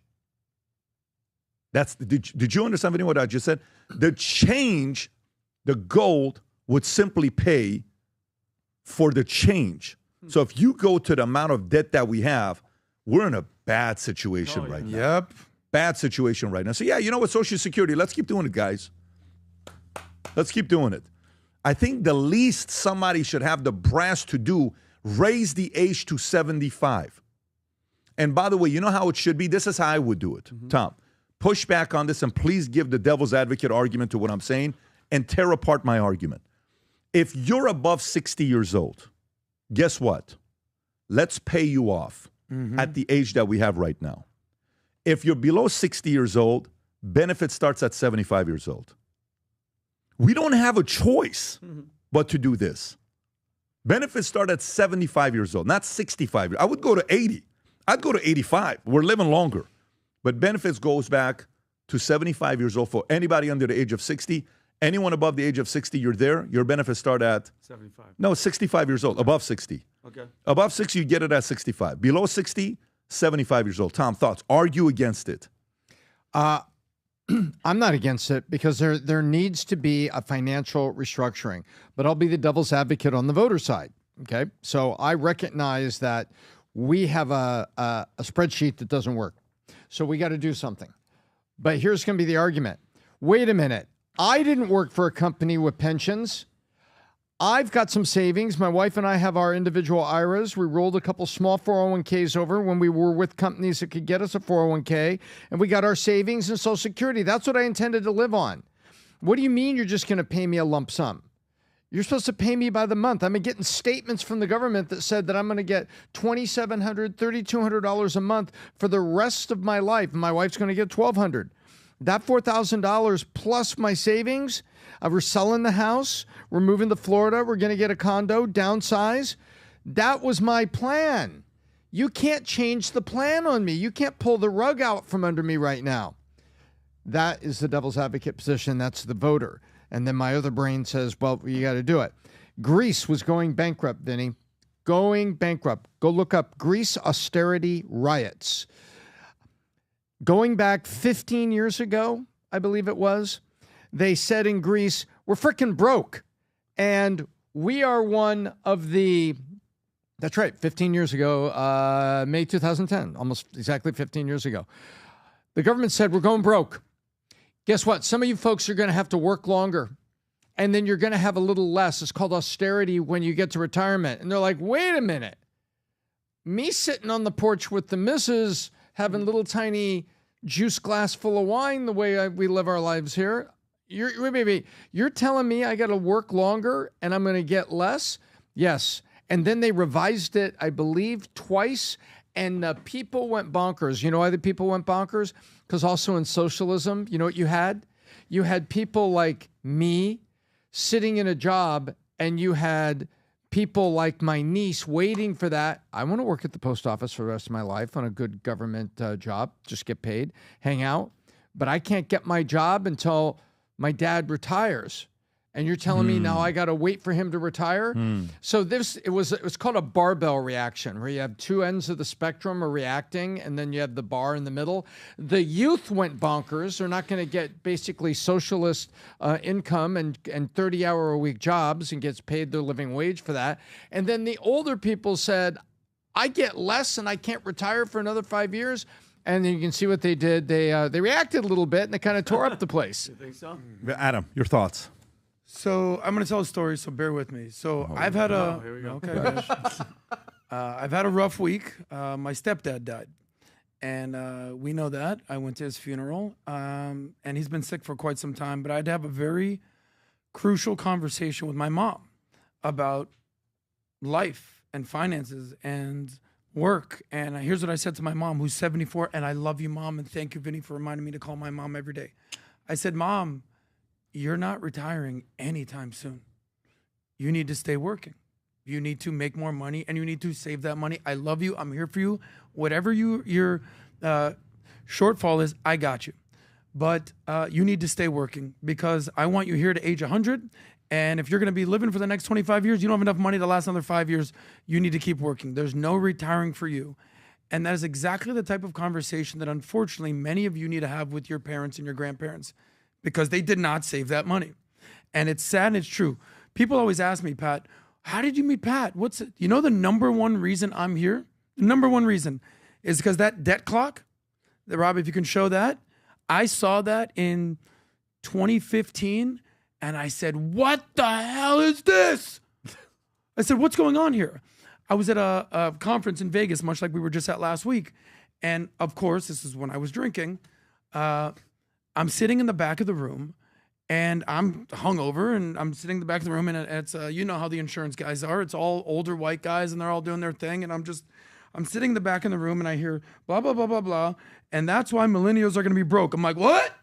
Millennials are going to be broke? What do you mean? They're like, did you not hear anything we just said for the last hour? I was like, no, I'm hungover. It's Vegas. And I go, what do you mean they're going to be broke? I go, what are we going to do about it? They go, nothing, buddy. We're about to retire. That's on you. I was like, what? And I felt inspired to basically start my show. And I talked to Pat. I was like, Pat, I want to do this thing. This is 2016 at this point. I said, all right, I'm going to help millennials save that money. And I realized that this is a major problem. Here's a little fun facts for you. You talked about Social Security. I'm fully on the same page with you, Pat, as far as Social Security. Workers per retiree. That's what Social Security is founded on. Workers work. They make the money. The retirees who pay into it get to receive the money. In 1940, after FDR did the New Deal, do you know how many workers per retiree there were? 42 workers per the retiree. Pat, you ready for this? Mm-hmm. You know how many workers per retiree now? Mm-hmm. 2. In 1940, there was 42 workers per each retiree. Now, there's 2. And do you think that's going the right way or the wrong way? Life expectancy then you said was 61. You received benefits at 65. Now you're living to 85, 90. My grandma is 98 years old. She's going to be 100. People are living longer. And then also, as far as living longer, birth rates are going lower. The math is not in our favor. Social Security was built for a world that we live to 65. We're all living to 85, 95, 100. No wonder this country is going broke. People criticize me. Adam, focus on Epstein, Gaza, AutoPen. We're broke. And we need to focus on saving that money. It was supposed to be a small supplement for approximately 2 years. It's become a pension program for 40 years. Yes. And it's very sad, but true. This is why I care so much about this. They have to raise the age. Yeah, I agree with you. They have to raise the age. To the boomers that were listening who got off the podcast when I told you earmuffs. Remember what I said. They have to raise the age. Your kids and grandkids are going to be destroyed for this one day. All right, let's go to the next story. It should step Next up. story I want to go to is the following. Is Vegas dying? That's the question. Is Vegas dying? The numbers came back. June of 2024 to June of 2025, the amount of visitors going to Vegas dropped 11%. The amount of people visiting Vegas is down 11%. How is that even possible? The airline booking, down. Visitors, down. Vegas tourism, down. Casinos losing billions. All of that happened. Is this the clip, Rob?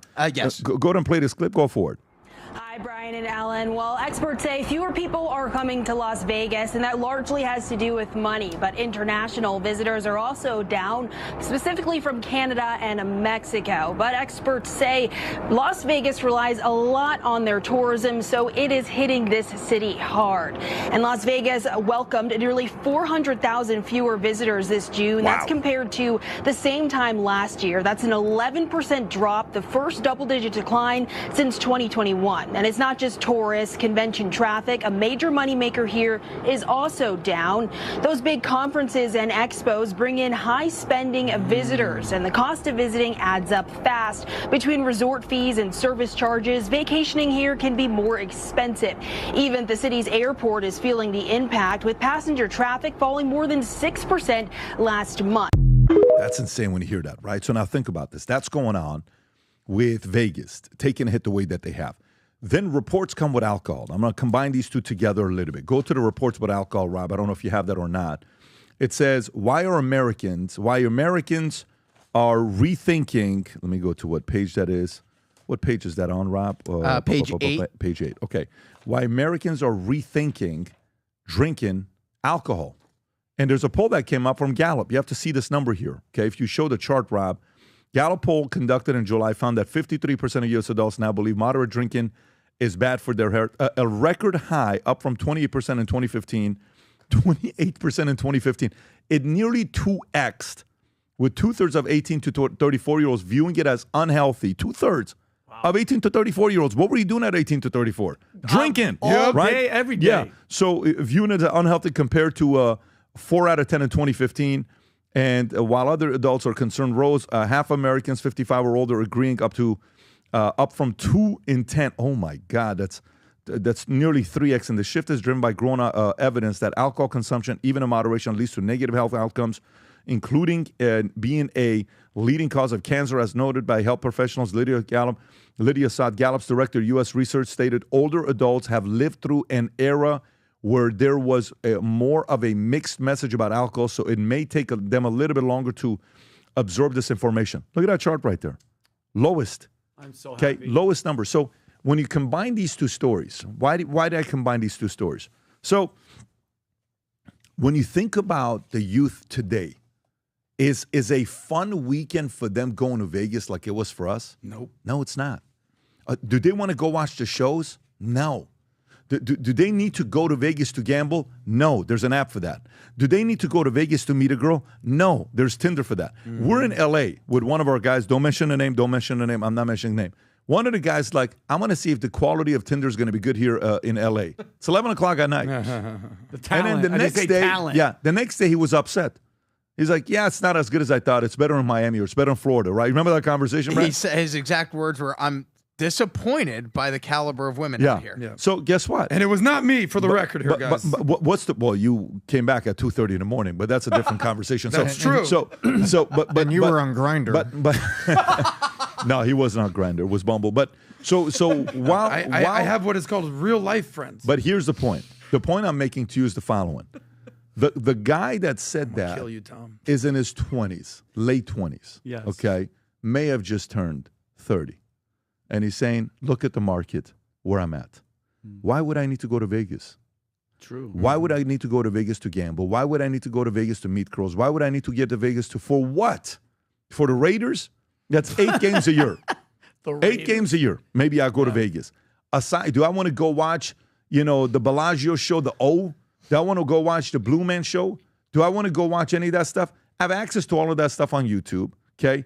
I have to save some money. Prices are going up for me. My income's not going up as much as it should. I need more savings. And then with alcohol, I mean, more and more and more people today are obsessed with health.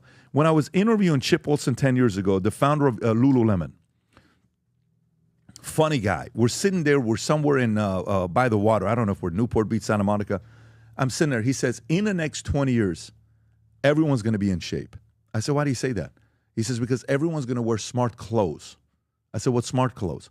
He says, the clothes are going to tell you, stand up, walk around, temperature's this, go over there, do this, drink water, go eat this, time to eat something, don't eat too much. He says, the entire data is going to be given to you where everyone's going to be smarter when it comes down to health. I had a friend of mine, neighbor, that came and visited us yesterday, and he's telling me about the difference between lifespan and health span. Okay, lifespan is how long you live, but maybe you don't enjoy the last 15 years of your life. Health span is how long you live while you're healthy. Mm-hmm. Everybody today is concerned about how long they live a healthy life. So, man, it's a bad time for Vegas. Think about it. Great. Used to be hot, but it's a bad time for Vegas. Tom, your thoughts on the story? Well, I think it's absolutely correct. And what I look at is, in preparing for this, I sat back and I just had a quick synapse in the old brain. And I'm like, wow, you know what? I know it's just my feed, but when I also talk to Kim about it, in Instagram, I look at how many influencers out there is talking about health. Gary Breck is talking about health. I'll mention him. I won't mention a bunch of other names, but we all know who they are. And some of them are out there just, selling the latest program like they've always done. But there's an awareness on there about health. And there's also been an awareness about diet. And guess what? The younger generation right now, with the cost of food where it went, now eggs have come back down and we can stop the egg jokes about, oh, I've got eggs, so she'll date me. She thinks I'm rich. Yeah. Right? So you've got a big awareness about health, and you also have a cost issue. And I think that you have the vanity that is on Instagram about look good, feel good, and that vanity leads to bad side of health, like, oh, just take Ozempic, take the fat shot. What's the worst that could happen to you? It turns out, apparently, allegedly, an awful lot of side effects, apparently, that are physiological side effects to taking Ozempic, and that aren't so good. And then there's the other side of it. Well, maybe I don't need to eat a Big Mac. Maybe I don't need to eat, a big grease bomb like that. A McRib. And people are thinking about it. And people have been thinking about sugar and Coke. And you finally have folks talking about soda machines in schools are still there, but there's a lot of folks out there that are pushing for it. And now you bring all that youth together that is having this awareness, and socially speaking, they don't want to go to Vegas, go on a bender, and they can watch all these programs elsewhere. And it's expensive. And so they sit there. I can barely afford housing. So where's my disposable income? They're not spending on cable. And I guess they're not spending on alcohol. I guess it's all coming back down. I think there's a budget part of it and a health part of it. And you make a great point. When we were in Vegas, me and Adam were sharing a room, and while we were cuddling and I was the big spoon, we went to the mini bar. Vinny, that's our secret. We went to the mini bar. Did you see it? You guys were in a different room, but if you move anything or try to put personal items inside the mini bar and the sensor goes off, it's a $50 surcharge. Okay, and look at like if you brought a Coke, Rob's face. like Rob. you had a bottle of water and you want to put it in a fridge, like you It's would do at the over. Marriott Courtyard. It's $50. Don't do that in Vegas and bump something. Yeah, bucket of Coors Light, $290 if you want to go by the pool and all that stuff. It's unbelievably priced. They need to do a major shift. Maybe they could go to Bet David Consulting and have you guys talk to them. Vegas, but Pat, you know, I realized client. too when you said you don't need the girl, like everything's online. You could swipe and get your girls. Did you find it weird in our hotel when you walked around?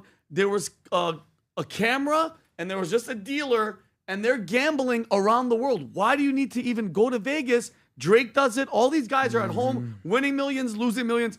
You don't even. Did you see the big glass enclosed stage that was filmed everywhere with 4 games going on in it, with all the identically dressed dealers? Oh, no, men and girls. There was the typical. Tom, Vegas. the guys were hot too. Like, don't. They were all there. It's right. The hottest. Hot. No, but I mean, why even? Including that roommate you had, apparently. And mind you, as somebody that stopped drinking over 2 years ago, I think it's fantastic, and especially with the drinking, because you know what? When you eat too much food, what do people say? Yeah, I was full. I need to lay down. When you drink too much alcohol, you know what they say? It's alcohol poisoning. It's poison.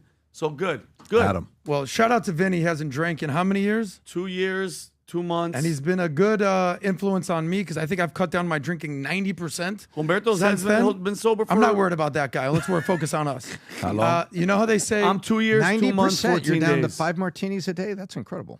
Tom, you drink fake alcohol to look cool. No, I've Tom, seen it. I've seen Tom exactly. put it down, bro. Yeah. You don't know, Tom. And then he does his... On the way here, you should see then Tom he does his drinking bubbler. in the way. Yeah, exactly. Tom's drunk now. We're recovering a story. Tom, you're collecting retirement in 2 years. Relax. Wow. Tom. Oh boy. Okay. Let me. This guy just called me on Grindr. I say that you're. I say his actual age. Whoa. Let's not do this, guys. Well, one's an observation, the Yes. other's discrimination. Okay, discrimination against old gay people is what you're saying. Anyway, let's focus. Let's stay on track here before Tom does Is his the bubbler mirror again. handy? Here we go. So you know what they say? What happens in Vegas stays in Vegas. What happens if nobody goes to Vegas? You know where people are going instead of Vegas these days? Miami. I'm not sure if you've noticed. Miami's up, up, up, up. Shout out to Mayor Francis Suarez. Why do you go to Vegas anyways? It's for 3 things. To gamble, drink, or party. In whatever order you want. Gamble, drink, party. You can do all that in Miami, but Miami has one thing that Vegas does not have. The beach, the sun, the fun. You don't have to go to Miami and drink and party. Go work out on the beach. Go on a boat. Go on a yacht ride. Have a great time. Miami is the new Vegas. New York is done. LA's done. It's all about Miami. Look where we live in sunny South Florida. You go to Miami. He's kidding. You go to guys. 11. He's kidding. Go to New you York go to City. Bodega. Go to New York. You go to Crush Live. New York City. Go to It's New York. way too crowded back here. to It's New terrible. York. Miami. There's Traffic. There's fountains Go to running raw 11, sewage go to in Miami. Bodega. Don't Let come me- down let here. me We put don't it Vegas get more has not people. been cool since The Hangover, and the little Asian dude jumped out of the trunk like Tom did with the little ding. And there was What's a his tiger name? in the bathroom. What's his Dr. name? Ken. Carlos. Carlos. That's true. Baby Carlos. So, baby Carlos, yeah. No, I mean, look, the reality of it is, this is what's going on with Vegas. It's not the same. We were there. We were there last week. We try to help Vegas. We brought nearly 10,000 people there. And I actually like going to Vegas because I go to a couple restaurants every time I'm there. And, you know, I've watched almost every one of the shows. There's good memories of being in Vegas. But it ain't what it was before. We do our events in Vegas at the MGM Grand Arena, and we get our guys to be locked and focused to not go and gamble and stay locked in for 3, 4, 5 days. And we're able to do. We've been doing that for many, many years, but unfortunately, it's not what it this once guy? But it's Right helping here. the city. They're Who's buying this lots guy, of Pat? room nights. They're paying for That's our restaurants. event. That's our event last week. What was the top picture, Rob? Top pictures. That's a pictures 1997 Who's that guy? Hummer mechanic, baby. Look at this guy. 63 Bravo. Look at that this guy. guy. I had a certification called Hotel 8, which is you try to pull trucks out of the mud with an LMTV or an FMTV. That's what I did before. In Now, somehow, 97, some you're way. solo in a truck. 2025. This is your event, giving the keynote speech. This was last week. Pretty Last cool, week. Pat. We had a very good event, man. It was such a special event. It was phenomenal. It was phenomenal. I showed a picture Shout of Tom. out to PHP. I showed a picture of Tom, one of the all-time greatest pictures, very emotional yeah. picture Best of Tom. photo. I could reenact it I almost right now cried. if you'd like. I almost I'm cried. not going to do it. Tom, Don't do it. no. Don't do it. Making All a right. point. Just Yeah. making a point. All right, so let's go through here to the next story. Vinny, I'm coming to you with this one, and this is probably going to be our last story. New Jersey parents applaud new law that could send them to prison for their children's crimes. You got to get the parents involved. All right, so let's see what the story is. We've talked about this on the podcast here for the last 2 or 3 years, this specific story. Rob, is that the clip? Yes. Go for it. Parents, if they don't prevent their kids from breaking the law, they could essentially face fines up to $2,000 and jail time up to 90 days in jail. Some parents are outraged, say this sets a dangerous precedent. You know, thanks to cell phones and YouTube, we're seeing more scenes like this play out across the country. It's what Gloucester, New Jersey found itself dealing with last summer when more than 500 teens arrived at a city party, started a brawl, and needed over 100 police to calm the situation. The mayor of Gloucester, addressing this recently, says he may have a solution. We have a juvenile crisis in this country. This is not unique to Gloucester Township, but rather is symptomatic of a larger societal juvenile crisis. And I'll tell you, I don't have all the answers. But one possible answer is to hold parents accountable for their children. Mm-hmm. Oh. What do you think about that, Vin? I absolutely, finally, this is what the hell's been missing. Okay, let's put aside everything that Trump's doing with D.C. and Chicago. I had a whole thing I was going to get into about D.C. and Chicago and the horrible leadership just from the mayor's side and all that nonsense. But Adam, we talked about this too, about parents that have children that do terrorist crap in this country or mass shootings or anything. You know what?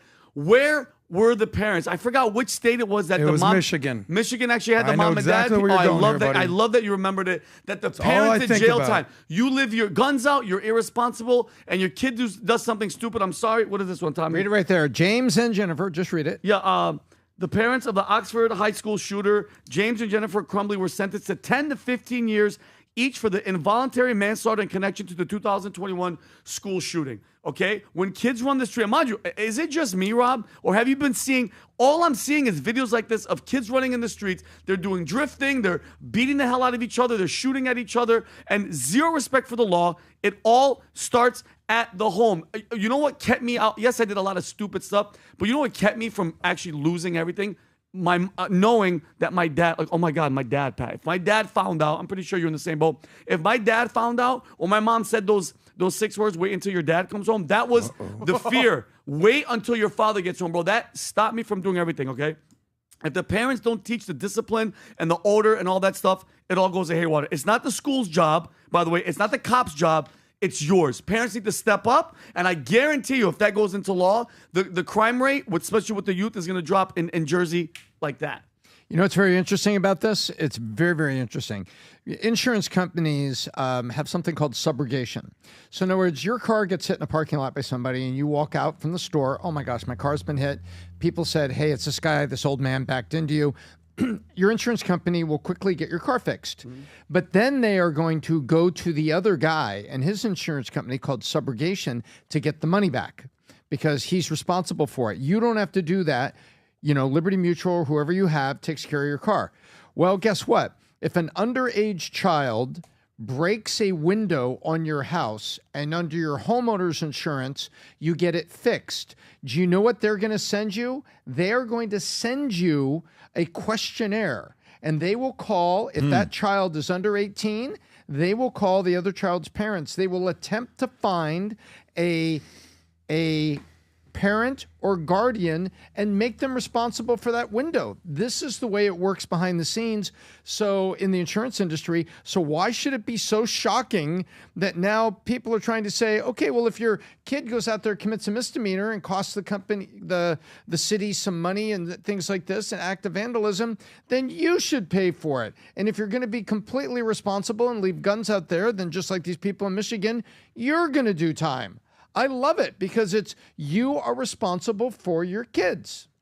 Adam, thoughts? So I upset a couple of people last week or when I said that you should hitch your kids more often. Hitch? Like hitch them? No, hit. No, don't hook them up. Hit them. Oh, no. Oh, gosh. Hit them. Not hitch, not Will Smith. No. But sometimes. Did you hit that? Tom, you're being very inappropriate, Tom. Tom, what do you mean by did you hit that?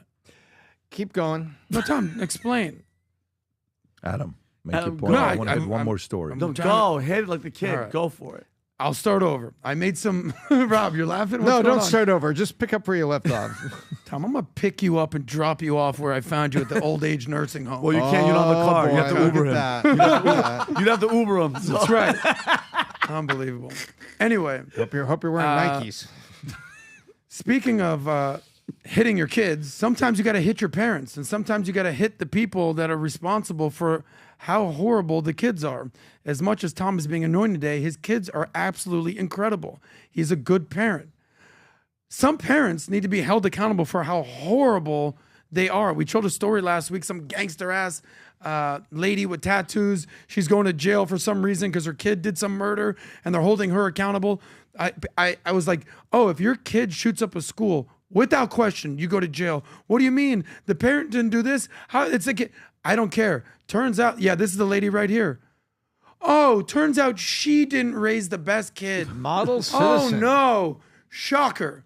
Sometimes the parents have to be held responsible for the actions of their kids, and sometimes the kids do such bad things, the parents need to be doubly responsible.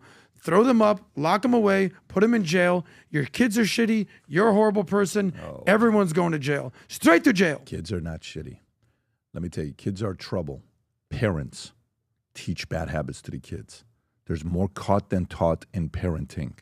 Okay, kids have a shot in life. If you raise them well, I've met so many kids that are so impressive. Then I want to meet the parents to tell the parents, great job, okay? Vinny just said something powerful. I hope he tweets it out.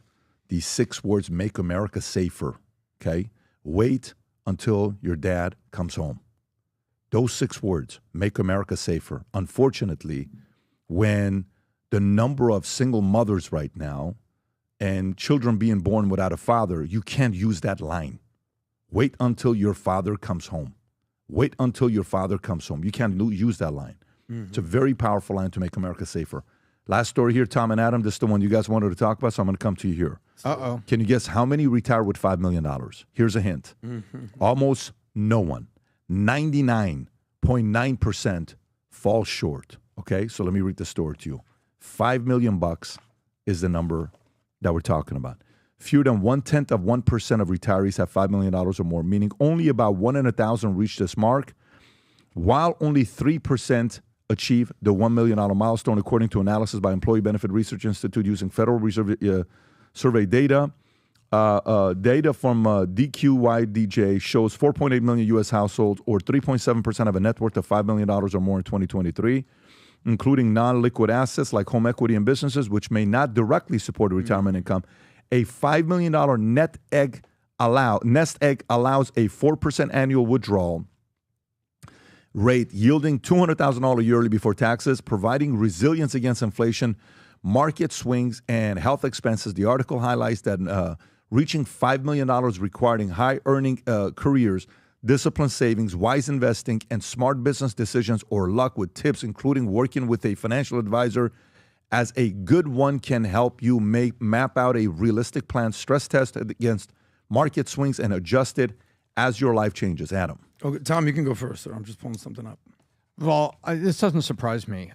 Even in the areas where you have very, very dramatic appreciation in homes, the average American, through even an IRA that was pegged to NVIDIA and Apple sequentially, you're not going to retire with this amount of money.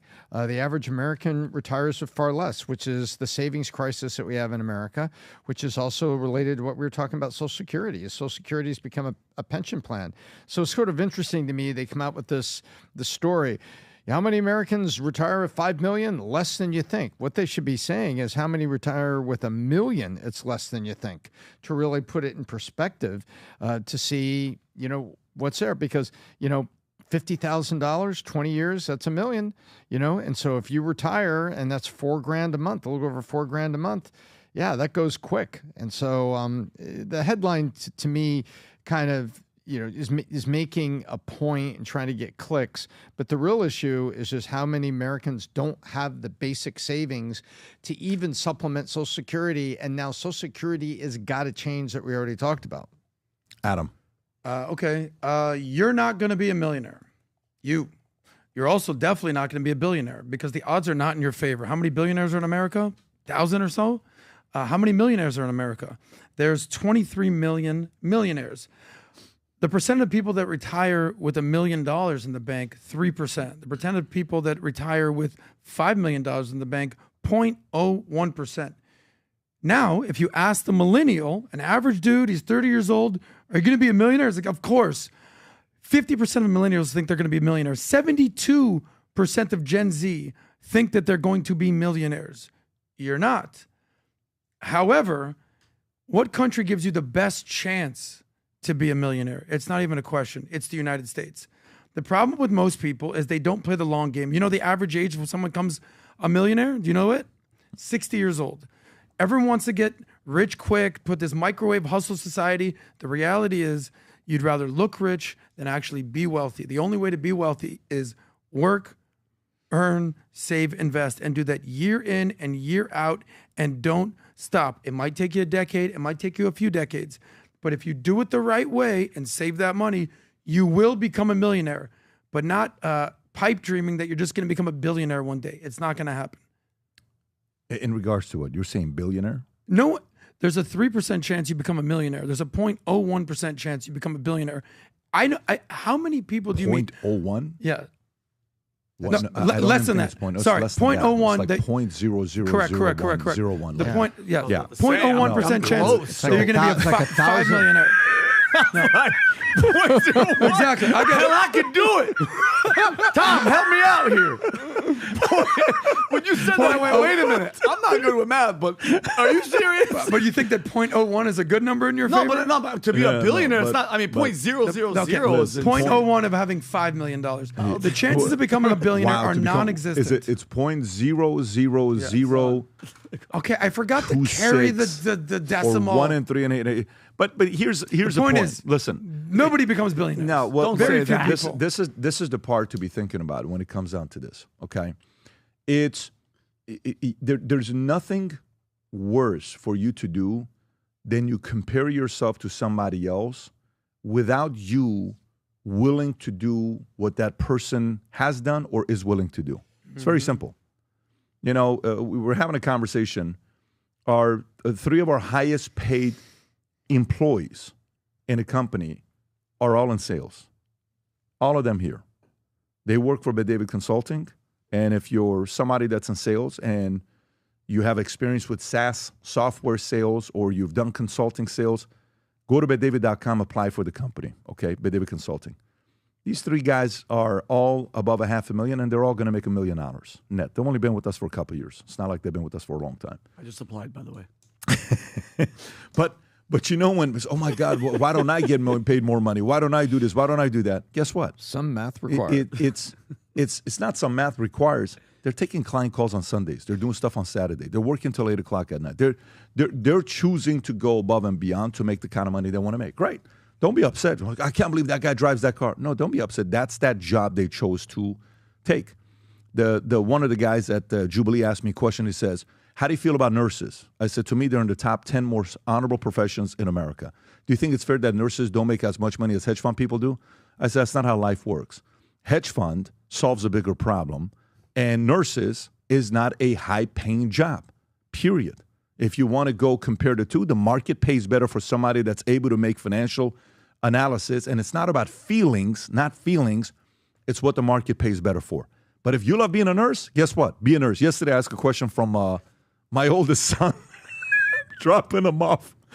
And I made a video, and I said, Vinny, check this out. And we're driving. I'm like, Tico, I just asked him, I'm like, maybe this guy wants to be a teacher one day. I don't know. I said, Tico, would you want to be a teacher? Oh, absolutely not. Why not? He says, I'm so sick and tired of these kids. Okay? I said, you're a kid. But he's like a 70-year-old kid. He's 80 years old. He's 80. But you know what it is? And Tom, you're laughing because you know that's his personality. Yeah, he's not hilarious. 13. I've had these conversations with him. I know. So, but the point is what you choose to do. Now, let's go the other way around. Let's say you chose to be a nurse. Let's say you chose to be whatever the job is, a supporting cast, HR, whatever you're doing. How can you now maximize your earnings potential to later on have a few $1 million, 40 years later, 30 years later? Be better with your money, be frugal, start investing early, create better habits, fight to get equity in the company, work your butt off to move up. So maybe you're going to participate in bonuses, LTIP, all these other situations. And then you're putting yourself in and don't make some dumb mistakes. Avoid the alcohol, avoid the drugs, avoid the bad, stupid things that can potentially cost you so much money. If you don't do those things, you put yourself in a position to be financially free, right? That's what you end up doing. Now, having said that, for somebody else that is, you're going for all the marbles and you're working in ways that nobody else is, yeah, you could have an expectation of, we were just in Arkansas visiting a business. We went to this place called Hot Springs, Arkansas, and we visited this two business owners, Sean and Morgan, and we're there, and we're driving around. We're meeting these 250 employees in their city. They're rock stars. 250 employees work for this company. Okay, they went from being regular guys to building a business that's probably worth right now $150 million, and they're probably going to be able to build this company potentially to $500 million to $1 billion business. Nice. They're at that level now with they've gotten themselves that there's a possibility with that. But that doesn't mean everybody is capable of doing that, nor do they want to. Yep. Nor do they want to. If you don't want to, also don't be envious of the person that becomes that, okay? That's the key. If you don't want to, don't be envious of the guy that becomes that as well, because that person wants to. It's a very big difference. Anyways, Vinny, we're very honored to know that we do a podcast with somebody that's about to be a billionaire yourself. I appreciate that. And the way you dressed today, honestly, today, Vinny dressed like he owns all of Fort Lauderdale. He's running for mayor. It works, too. By the way, if you ran for mayor in Fort Lauderdale, it would be the funniest campaign. Oh. One of you guys is going to run for mayor. You, Tom, definitely not Adam. Adam's going to run mayor of Miami. But in Fort Lauderdale, South one Beach, of you guys is going to run. It's going to be interesting. See in 20 years. Guys, today's what? Friday, first week. We did 3 days. We did it, guys. Remember the hats. If you didn't get them, these two are going fast, and it's not a lot of them. So if you wanted to, one person just ordered a bunch of them for the entire office. Go to vtmerch.com, place the order with the different ones that we have. One is a speckled one, snapback. The other one is the gradient snapback black. And then the white gold one, which is pretty sick as well. Any of these, go to vtmerch.com, place your order, and add a Future Looks Bright shirt with it. God bless everybody. Have a great weekend. We'll do it again next week. Take care. Bye-bye. Bye-bye.